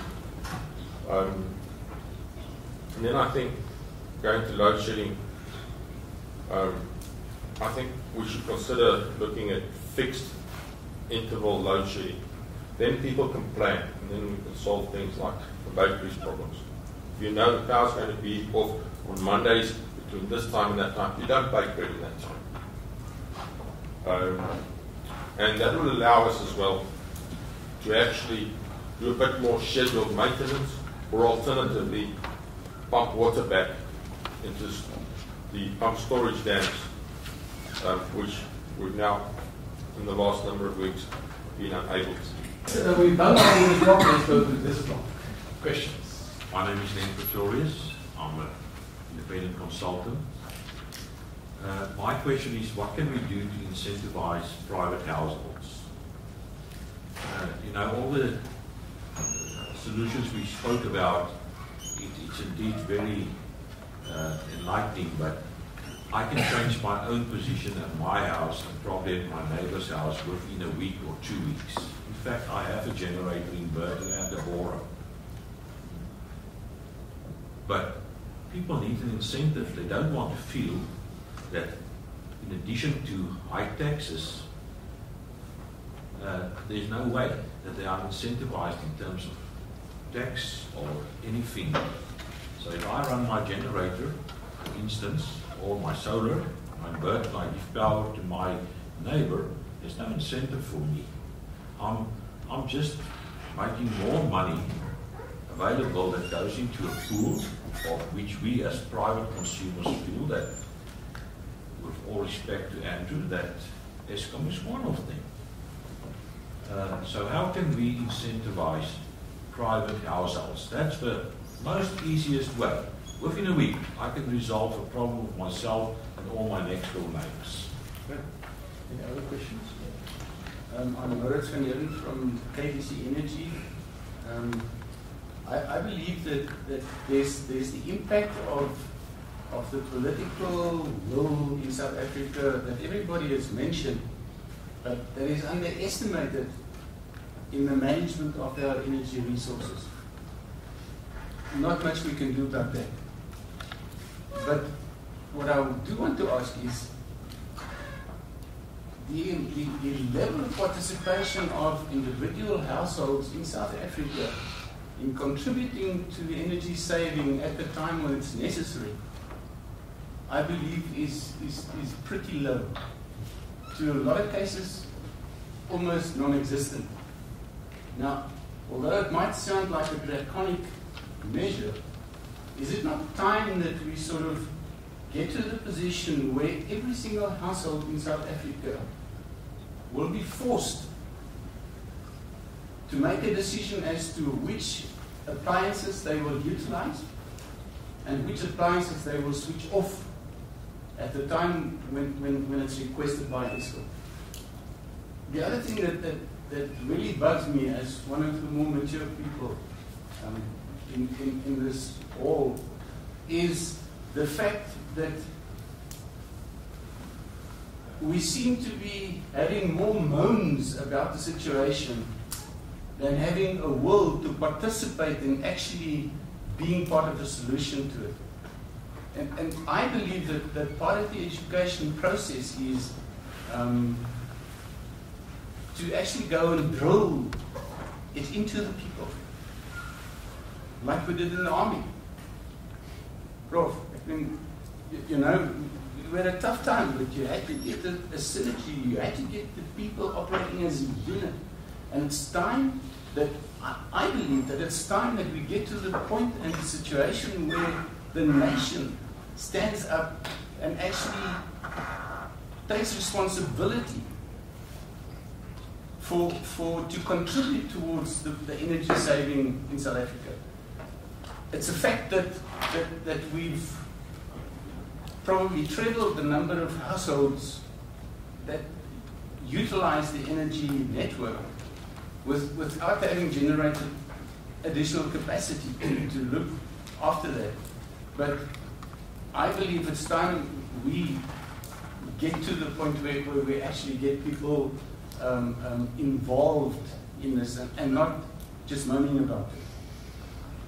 Okay, Etienne, Peter. Thank you, President. I represent the tourism desk in the AHI, and I'd like to pose my question to Andrew. The focus on the hospitality industry. It's also just as part of the bigger mix of solutions. I'd like to know whether Eskom can bring back the incentives of solar geysers and shower heads and electricity saving bulbs for this industry. Thank you. Yeah, I'm Peter Total, and I represent the Sacri Geeks Partnership. Just two questions. One is to Prof. Parsons, I don't know if you have. The first one is, I've lived in the US and Europe and I've experienced daylight saving time. And I haven't even noticed it, you know. I just see the benefits. So I would like to know, what are the downsides? Because it's almost a no-brainer to me, being especially on the eastern part here of Southern Africa, that we should do it. And if it's going to save us, I just can't see the downside. So just what are possible downsides that we may not see? The second is in terms of gas from Mozambique. Is it true that Sasol has almost sole right to bring the gas from Mozambique, that there's a pipeline into South Africa? And if it is, if there is such a great possibility for us to save if we do utilize the gas, then why are we not doing it? So, just it seems a great opportunity for us. So I just want to know why not. And my colleague, one of the most innovative business people in Centurion, please go on. Dankie Christus. Ek wil nou in Afrikaans praat, ons is in Afrikaans Handelsinstituut soos gesê. So ek wil net graag myself uitdruk op hierdie manier. Ons sakemanne is almal opportuniste. En ons is entrepreneurs. En wat vir my baie groot uitstaan, ons het in 2008 gesien dat hier kom 'n krisis. En ek verteenwoordig eintlik halfsander in Bridge in dis hele area in Centurion. En wat ons gedoen het, ons klomp sakemanne het nou soos of Jan gesê het, ons het met die roemers begin loop en gehoor wat gebeur. En ons het begin vir ons kragopwekkers aankoop. Maar omdat ons opportuniste is, en hierdie is deel van 'n oplossing, wat gebeur vanmôre hierso, is ons almal praat van langtermyn oplossings. En ons almal praat van goed wat eintlik far-fetched is, wat ons eintlik nie regtig kan bereik nie, in die situasie soos ons land nou is. Maar ek sit byvoorbeeld met 'n kragopwekker in my eie fabriek, wat 180 kVA voorsien, waarvan toe die ekonomie goed gehardloop het in 2008 nog, het ek 85 kVA gebruik, wat ek nou tans in die ekonomie sê om by 60 kVA gebruik. Talle van my bure, ek praat van 4-5 ouens in my onmiddellike omgewing, het kragopwekkers van 200 en 250 kVA, waarvan hulle 50 kVA tans gebruik, of 80 kVA gebruik. So ons, as jy 'n gemiddelde syfer vat, sit ons, die oomblik as daai geweldige stilte val, wanneer die krag loadshedding kom dit so 'n groot trein wat afkom, sit ons almal met 6 silinder Perkins masjiene wat hardloop. Waar ek gooi 100 en 110 kVA krag in die trein. My diere gooi 200 plus kVA in die trein. So kom ons vat 'n syfer en ons vat net ons onmiddellike omgewing wat ek amper met my hand kan raak. Daar gooi ons 500 kVA in die trein. Ek kan die hele kompleks in my omgewing voorsien. Met ander woorde, ek kan 5 klein fabriekies voorsien met my surplus wat ek weggooi. Die fabrieke langs my kan baie meer voorsien. So wat ons doen is, vat daai getal en maal dit in die blok van ouers waar ons is, met 10 kragopwekkers. En ons het 10 blokke. Waar trek ons sit hier met op die ou en 5000 kVA vir daai tyd van loadshedding wat ons in die trein gooi, wat ons in die grid kan gooi. Nou, Prof. Jan het aangeraak, ons sit met 'n gap van kommunikasie na Eskom toe. Maak die grid oop, ons word geblok. Jy kan bel, jy kan maak wat jy wil. Jy kom nie op 'n vlak waar jy met 'n ou kan praat wat sê, maak die grid oop, sit switchgear in. As jy kyk die hoeveelheid kVA wat ons weggooi in een klein industriële area, kan ons geweldig baie krag terugstoot in die grid. Ons maintain dit, ons gooi brandstof in, ons betaal self die diesel, ons doen self die maintenance op daai toeriste. So die oomblik as ons hierdie grid kan oopkry, is ek baie seker dat ons net die paar ouens wat die huidige kragopwekkers het, kan onmiddellik die huidige krisis afspreek. Dit is nie 'n far-fetched vorentoe in die toekoms nie. So maak vir ons die grid oop, kry die switchgear, kry die regulasies, doen die navorsing wie het kragopwekkers en wat kan ons terugsit onmiddellik in die grid. En so lyk al die industriële areas in Dis nie dat jy energie weggooi, jy benut dit net. Met ander woorde, dis soos wat jy 'n motorkar het, waarmee jy 200 km/h kan ry, maar jy ry net in die dorp 60 km/h met hom. So die vermoë is daar, maar dis nie dat jy die energie wat potensieel gebruik word weggooi. So as jy 60 km/h ry, so brandstofverbruik baie minder as die 200 km/h. Maar dis wat ek vroeër probeer sê, dat daai kapasiteit bestaan. En al wat ons nou moet doen is om daai kapasiteit te benut.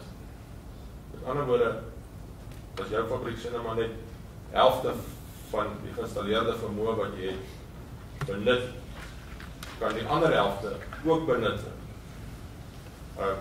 Maar daarvoor moet ons die speelveld verander en ons moet anders daaroor dink.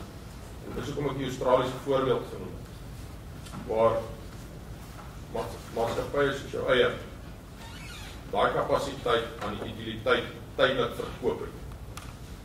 En hulle bestuur dit dan. So as daar 'n krisis is, in plaas van om eers die krag af te sit, loop hulle daai generators so te verhoed dat die krag afgaan. En so bespaar jy dan die koste van nie elektrisiteit voorsien aan die ekonomie. Want daai koste is baie groter as die 3 of 4 rand per kilowattuur wat dit jou kos of die land kos om te loop. So, dit kan gedoen word. Ons moet dit net doen en dis hoekom ek sê ons moet nie oor die situasie dink. Dis net aansluit.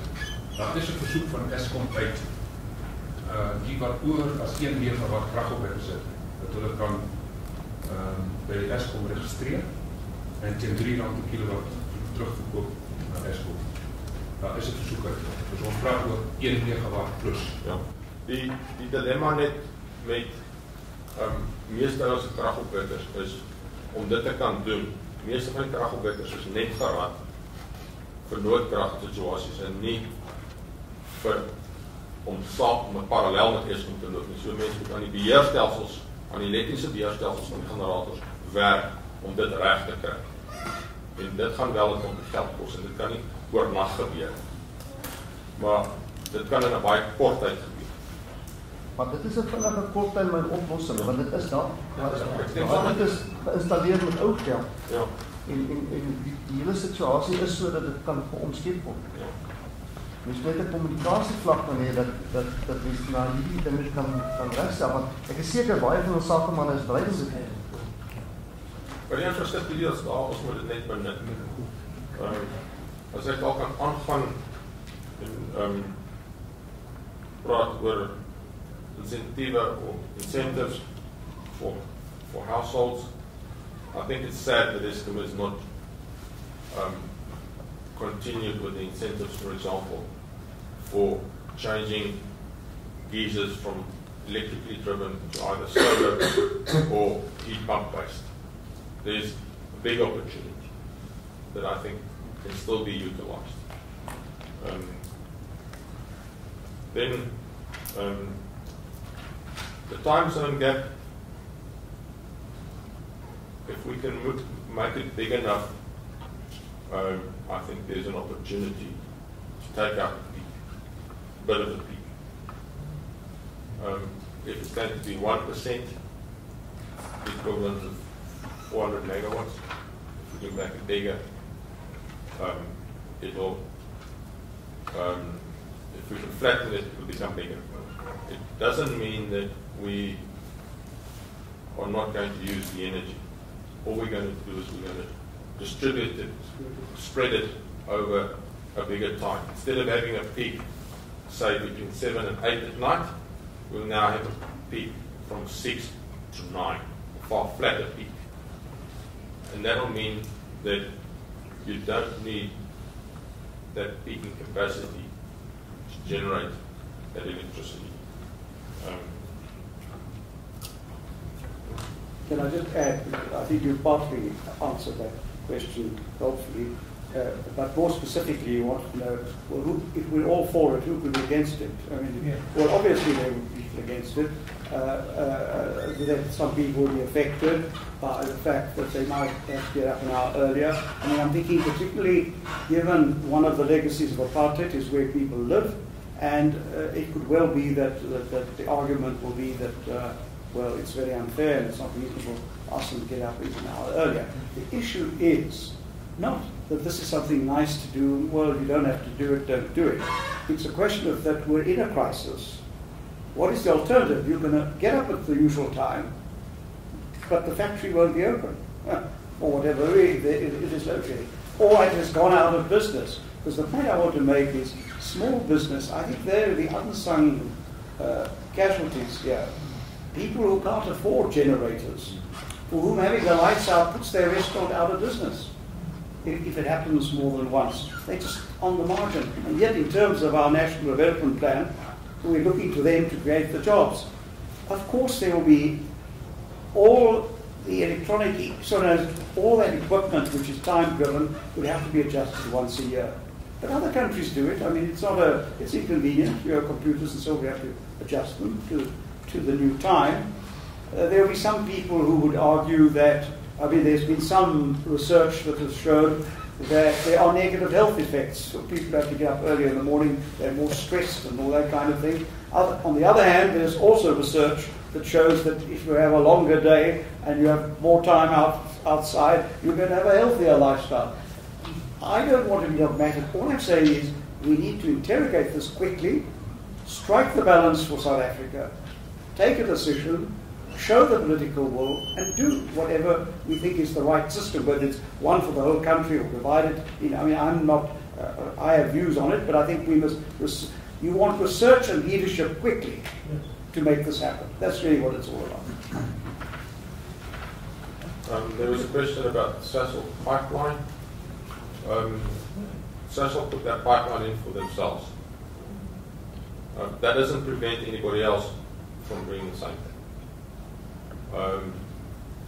It's just a transport medium for energy. Instead of putting in transmission lines, we put in a pipeline. The benefit, if you were to do that, and to bring it, for example, to Gauteng, is we could also use some of the mine water and purify that to drinking water levels. So if you can do two things with one project, it makes a lot more economic sense. Just you look at the Lesotho Highlands water project. Not only provided water to Gauteng, it also provided electricity. So that just makes the sums more profitable in terms of economic sense. Okay, Andrew, just a quick response from your side? Sure, I'll be brief. Firstly, the incentives for both the tourism industry as well as homeowners from Eskom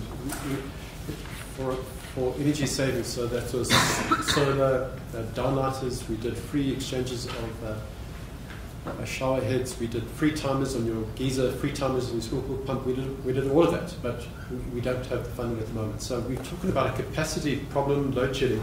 We've just got as serious a problem on our finances. It's not obvious, but we really are. So unfortunately, that's why I'm saying, please do it yourselves. If it's making sense, please encourage your members. If there's a payback within a couple of months or a year, ask them to do their own thing. We don't wait for the incentive. It's just going to take too long. On the Howard spoke about the incentive for generators. Yes, it's at the moment up to 1 megawatt for 3 rand a kilowatt hour. But we're going to see how that goes. If there's greater appetite, we can drop that 1 megawatt to a lower threshold, and we can, if necessary, possibly look at increasing the 3 rand to a higher rate. But certainly that capacity, that generation capacity is out there and standing. We want to get it going for the economy. So certainly we will continue pushing back. And there was a very important question. How do you condition the mindset of people to take collective responsibility? Prof, anything from your side on that? Yeah, I think that I've been listening to this in South Africa. I come from outside. I've been here for 18 years. But they've learned a very different culture here is that we rely too much on Eskom. That's my take. Because we rely on Eskom to supply. And we also rely on Eskom to reduce our costs, which is very strange for me, because Eskom, of course, Eskom's interest is not there for interest sake.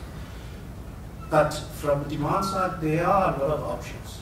That's just also solar water heating is being scratched from Eskom IDM, but it's being taken back to the DOE. So there is a little bit of steer, a little bit of incentive for that one. But at the demand side, there are a lot of options which are very affordable. And then we don't have to rely on Eskom or Sasol to provide us with these solutions. Because the payback period, 6 months, is, it beats all the production manufacturing targets. So there are a lot of options today. But I think that we have the electricity levy, which goes pulled together, that goes to Bursa, and then now it doesn't go to ADM anymore, so it goes to DOE, to the solar water heating system. But we can rely on those ones. They are still a little bit for incentive for commercial and industrial side. So the travel tax incentive is not for private households, it is for businesses. But there are things like this. But there are also things like Andrew said, that if it is a payback, very, very short, you don't have to rely on anybody because you get the benefit immediately on us. And then the example that I gave, gasification, I think it's very, very good. So there is a little bit of, in terms of a capital investment, looks big, but relative to the benefit that we get in a short period of time, it's a very good solution. And then there are other solutions as well at the demand side. But I think, just to, for Marius as well, I think the important thing is that there are installations that are currently in operation that use that type of technology, that has that type of output. So I think the important thing is that we also go to those installations and see for ourselves what are the benefits and perhaps apply that technology somewhere else. Yeah, exactly. I think that at the demand side there's additional benefits because when we talk about these facilities or these technologies, we normally talk about the demand side. When you talk about the supply side. When you talk about the supply side, then you have to get to the grid. When you get to the grid, that's where all the difficulties come from. There's regulation, there's everything. But at the demand side, you are at your liberty to use that. You don't have to rely on anybody. Okay. No, just about the question about involvement. Why aren't people involved? We know that we do not have the resources, but we waste it. So my thinking is maybe that the energy crisis is not serious enough for us to act. When I was raised as a kid, we were poor. So we had to put off the lights. So it became something like, I'm the last person out of the department regularly. So I walked down the corridor and I put off all the lights. That's how I was raised. So how do you transfer that into young people and to maybe let the problem become bigger and more serious before they realize that we must do something. It's not somebody else must do something. We are entitled to have electricity. It's not true. You are privileged to have it. So it's the same thing that we find when you have to get people involved in the Cancer Association. Why aren't people involved in the Cancer Association? But somehow, when you get cancer, it changes and you get involved. So, what is the trigger? It's a very difficult thing. I don't know what. Can I respond to that? I believe that when there's consequence to non-participation, for you personally, yes, you will be forced and you will then come up with a discipline to actually partake in the entire thing. And to that end, I believe that there's definitely something to be done in this country to educate the consumer. And the only way sometimes is to let there be consequence that the individual feels. Do this. Ek het so 'n paar vrae. Ten eerste wil ek reaksie gee op die vraag in verband waarom kan ons nie 'n sonpanele op ons huise sit in munisipale gebiede. Dit benadeel die munisipaliteite. Ek dink die toerusting is vandag so goed gemaak dat dit nie gevaarlik is. Dit is snel. Ek dink dit is 'n kwestie van gee die ruimte aan die verbruiker. Hoekom mag hy 'n sonpaneel opset om warm water te maak? Hoekom kan hy nie 'n sonpaneel om elektrisiteit te maak? Ek dink dit is 'n foutieve mindset. Ek dink dit moet regsit. Ek dink die ruimte moet gegee word om sonenergie sowel as warm water te maak as elektrisiteit te maak. En soos daar regulasies is in die wet om iets te installeer, sal dit ook daarom toegepas word. As jy kragopwekker daar neersit in die huis, kan het meer gevaarliker wees as om met sonpanele te doen. Ek dink dat moet instig na gekyk word om die ruimte te gee dat die gemeenskap wat die fondse het, wat nie gesubsidieer word, om middele te gaan gebruik. En dit gee verligting vir Eskom gedurende die dag. Ons het gesien, dit is van oggend na die aand in die middel van die dag in die ooste voordeel, maar die voordeel bly nog steeds by Eskom, maar hy hoef nie steenkool te verbrand of ander energie. Die ander punt wat ek wil maak is dat indien as mens toerisme inbring in Suid-Afrika, dat daar as vervaardigers, as verbruikers kyk na die kwaliteit wat ingebring word. Vandag en dag, daar is een maatskappy wat besluit het, en dit is Zest, hulle verkoop wegmotors. Hulle het weggedoen van hulle eerste en tweede EI motors. Hulle bring net E3 motors in. Dit beteken die motors kan teen dieselfde kilowatts, maar in laer verbruik. Beter gebouwde motors. En so is dit met machinerie en equipment wat ons inbring. Wat ons by die douane stop, wat ons energie mors, wat ons kyk waar kan ons die energie die rechte en die maksimum gebruik kry van toerusting. Dan wil ek net verder gaan, en dit is omrede dat ek 'n verbruiker is, ek het Eskom genooi om na my fabriek te kom kyk. Eskom kon my nie op enige manier help om enige verbeterings te doen op die fabriek. Maar as ek 'n motor vervang, en ek vervang 'n motor met 'n 3 motor, is daar geen incentives vir my. Alleen ek doen dit, omdat dat ek weet, ek gaan weer betaal vir die toekomst van die kracht. Dis my incentives. Dan heb ik een groot probleem, en ik heb meneer Christen al gezegd, dit is die loadshedding. Klein dorpen wordt baie makkelijk elke dag afgezet. Maar groot dorpen, hulle kan zelf besturen. Ons nabij dorp, ek kom uit Kopani, mijn nabij dorp is Pollepani, die industrie wordt glad niet afgezet. Ons wordt amper elke dag afgezet. Ons is elke dag geskeduleerd. Bij 1, elke dag geskeduleerd. Bij 2, en ons is elke dag geskeduleerd. Bij 3. Nou, dit betekent op ons landelijke gebieden wordt ons eindelijk benadeeld door hierdie loadshedding, omdat de municipaliteiten niet zelf gaan afzetten, maar Eskom kan afzetten. En ik denk dat daar moet gekeken worden naar pro rata. Als Pollepani 350 megawatt verbruikt, ons dorp verbruikt 35 megawatt, dan moet het pro rata 1 op 10 is. Zo moet ons afgezet worden. Ons moet elke dag afgezet worden. Ons zet ook kosten.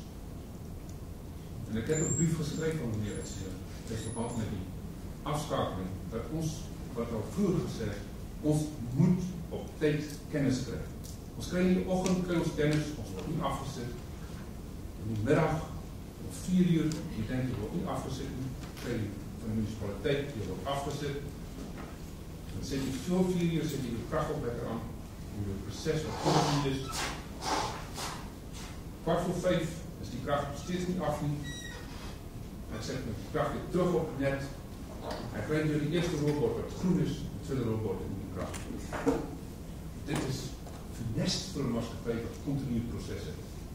Dit kan niet zo werken. Als je in die kantoor zit en je werkt zo, maar je kan niet in de fabriek zo werken. Je kan niet in de vervaardigingsaanleg zo werken.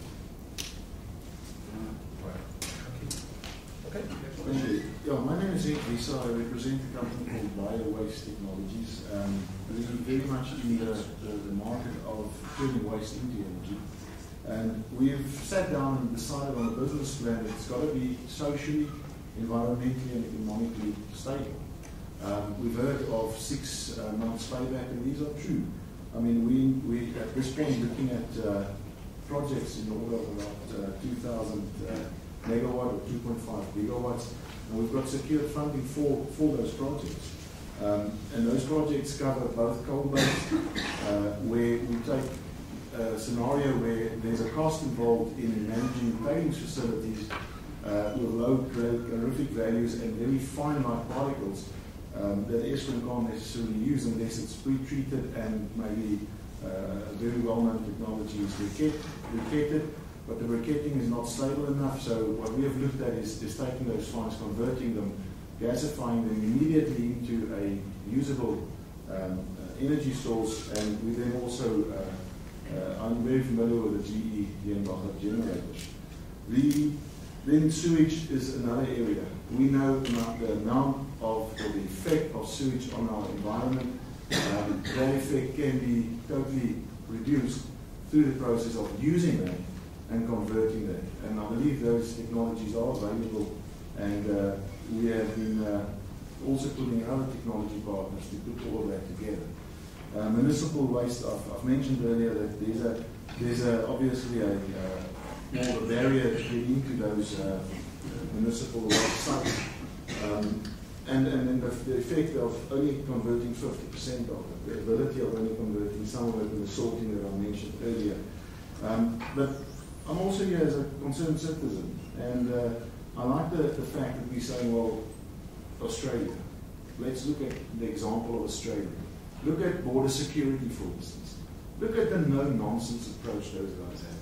They've got an approach where you bring in food, you don't explain it away by it's just an accident. You will pay the fine. I love watching that because it's their country, it's their rules. We're not there. We're definitely not there. And then, you know, I think we're at a stage where small differences can make, small changes and steps can make small differences. I mean, we're talking about collecting money from municipalities that doesn't pay. You know, we've got to go to the principle of use it or lose it.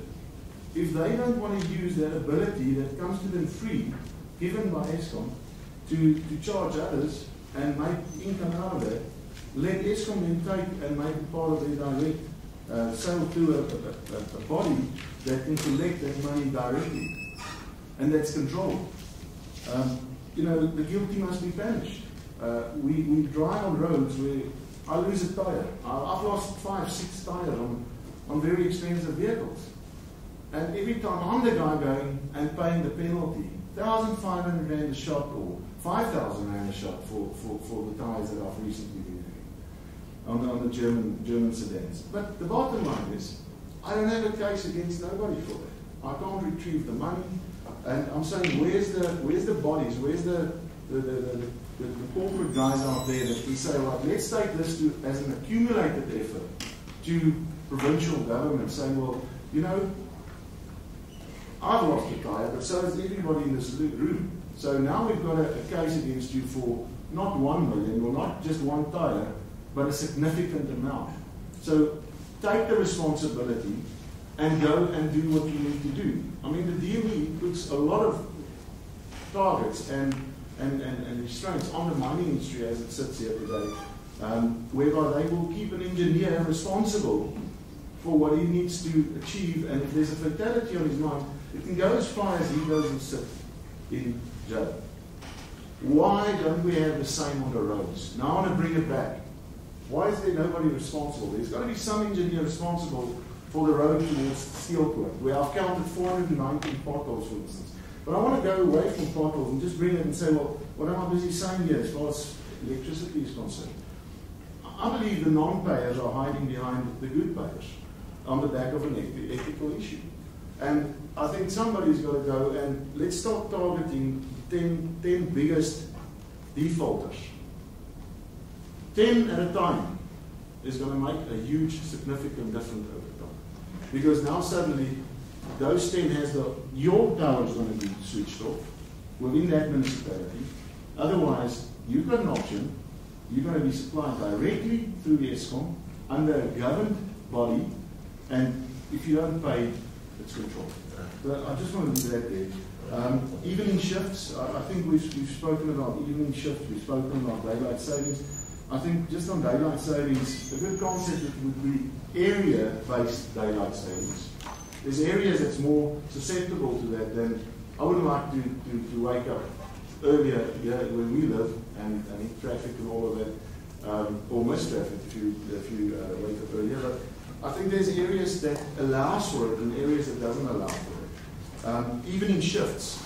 I think Eskom can look at putting something in, not a night shift, but if companies are willing to run evening shifts, what would be the incentive for running those evening shifts?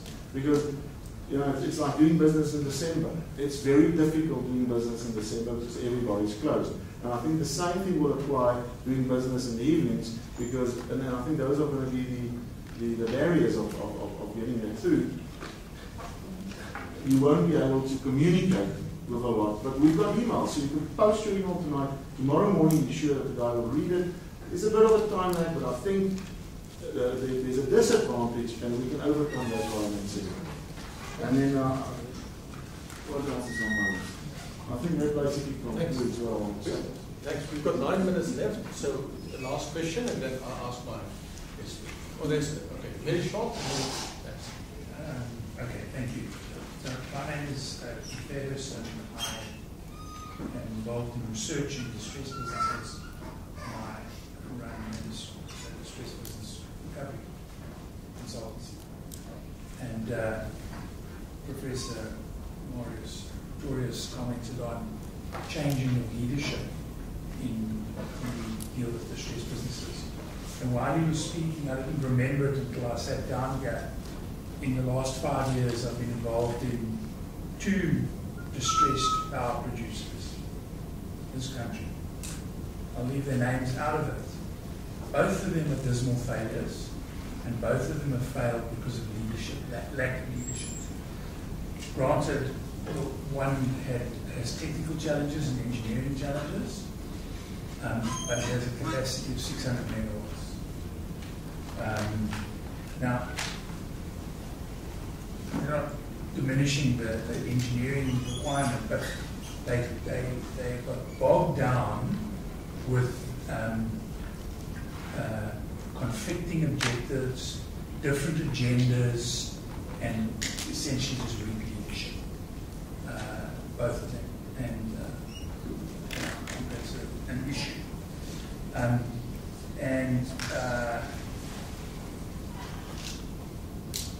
So I direct that at Eskom, and I wondered, Professor Composer, well, you had 3 power plants, power generated stations that you wondered what was happening with them. My question to Eskom is, are they owned by Eskom or are they owned by people? They're not owned by Eskom. Yeah, I think that's an issue. I think that's part of the problem. But it's not there's maybe some engineering constraints, but part of the problem is different agendas. So people are driving different agendas. I just want to mention one small point around, if we mentioned on the municipality, there's an issue of sorting. On the milling industry, there's a little of an ethical issue whereby a lot of the waste that's produced actually goes to a farmer somewhere, feeding livestock or whatever. So to convert that waste into electrical energy would make absolutely every single bit of economical sense, but it makes no ethical sense. So that was just one of the other things that I think one has to just keep in mind. Just very briefly, sorry, I had one last point, and that was on the point of corruption and payment.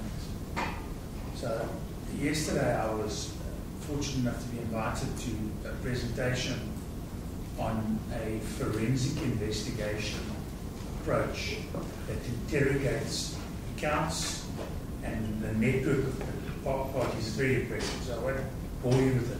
But the bottom line of it is, and they are doing work for a municipality, the name of which I don't know, so it was all sanitized information, where they're uncovering corruption that looks like this.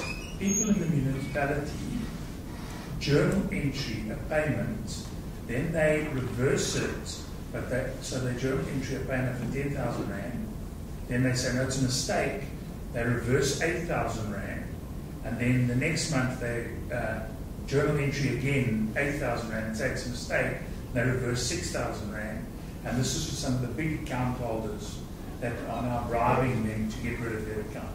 And it's happening on a big scale. So, and their biggest problem, this particular investigating unit, is they cannot get to see the right people because they are not politically connected.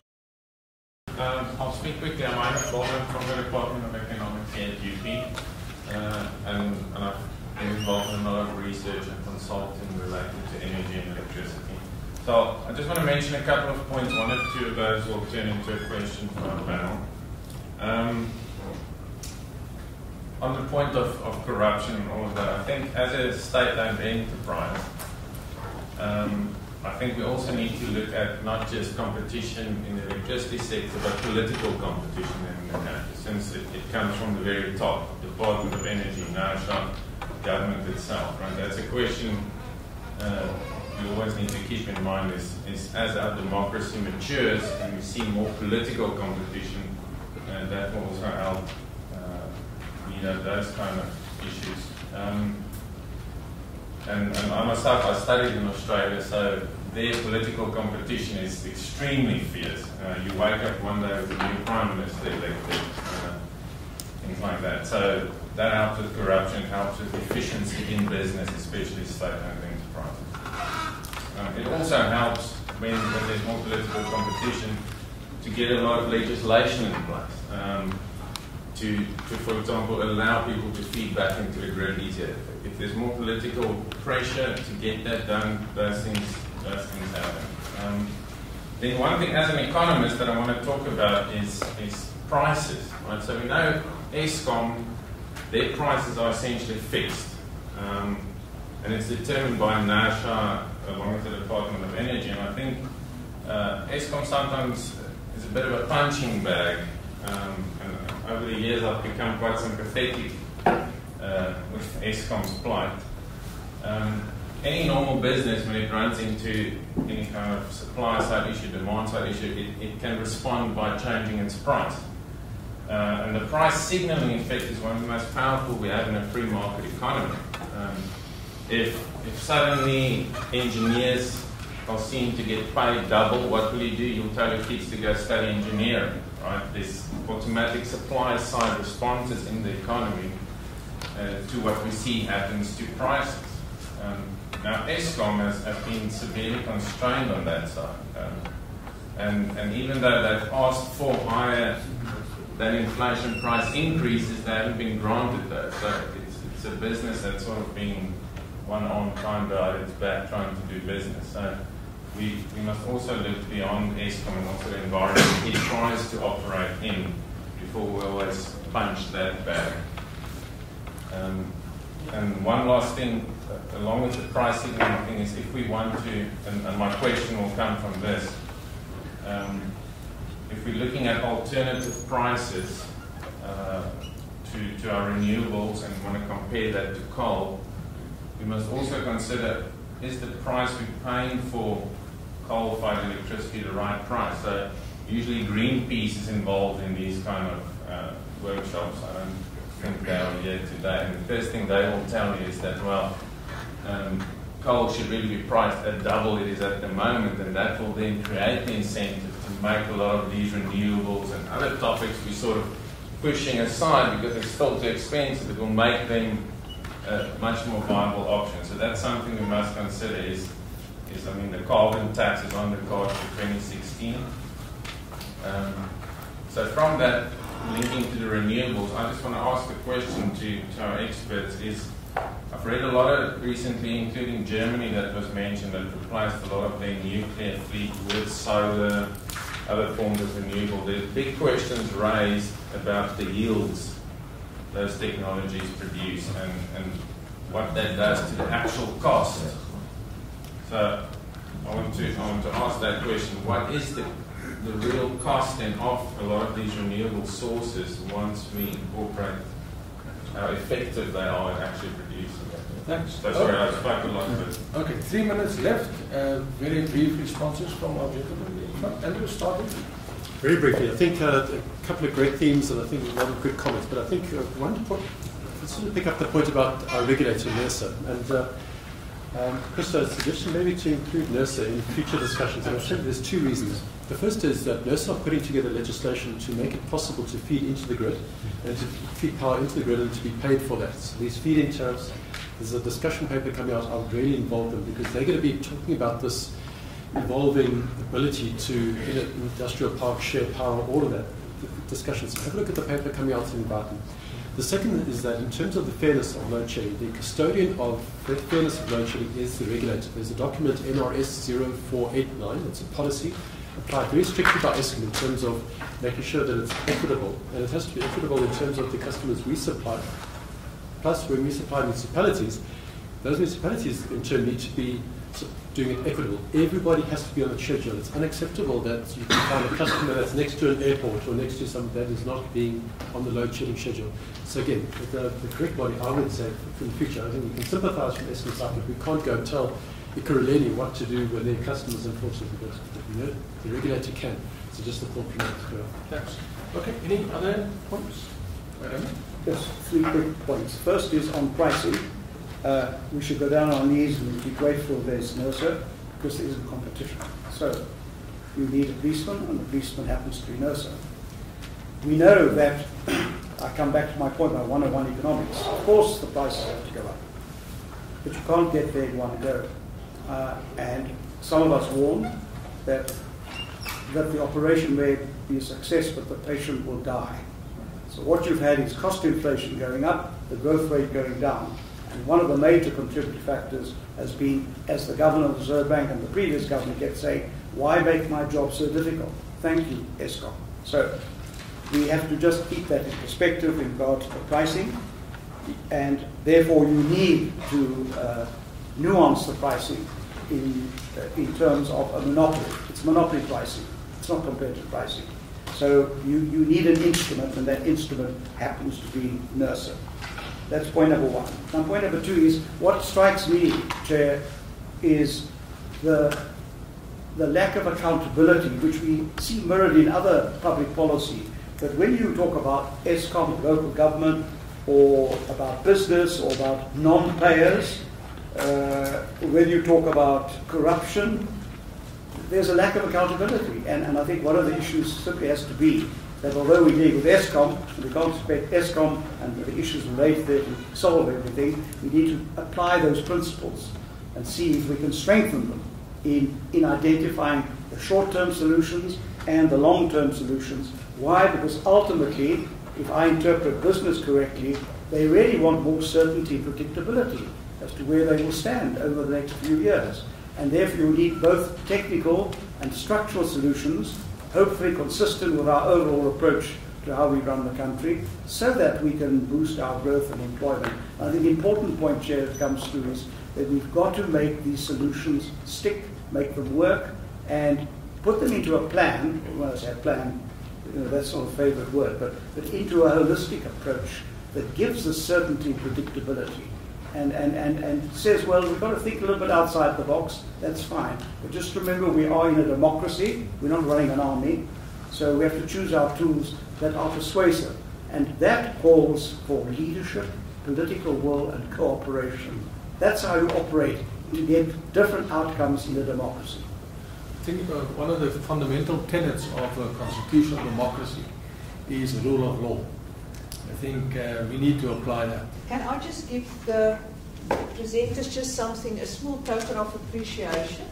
Thank you very much, Professor Zia. Thank you, Jan. Thank you, Ryan.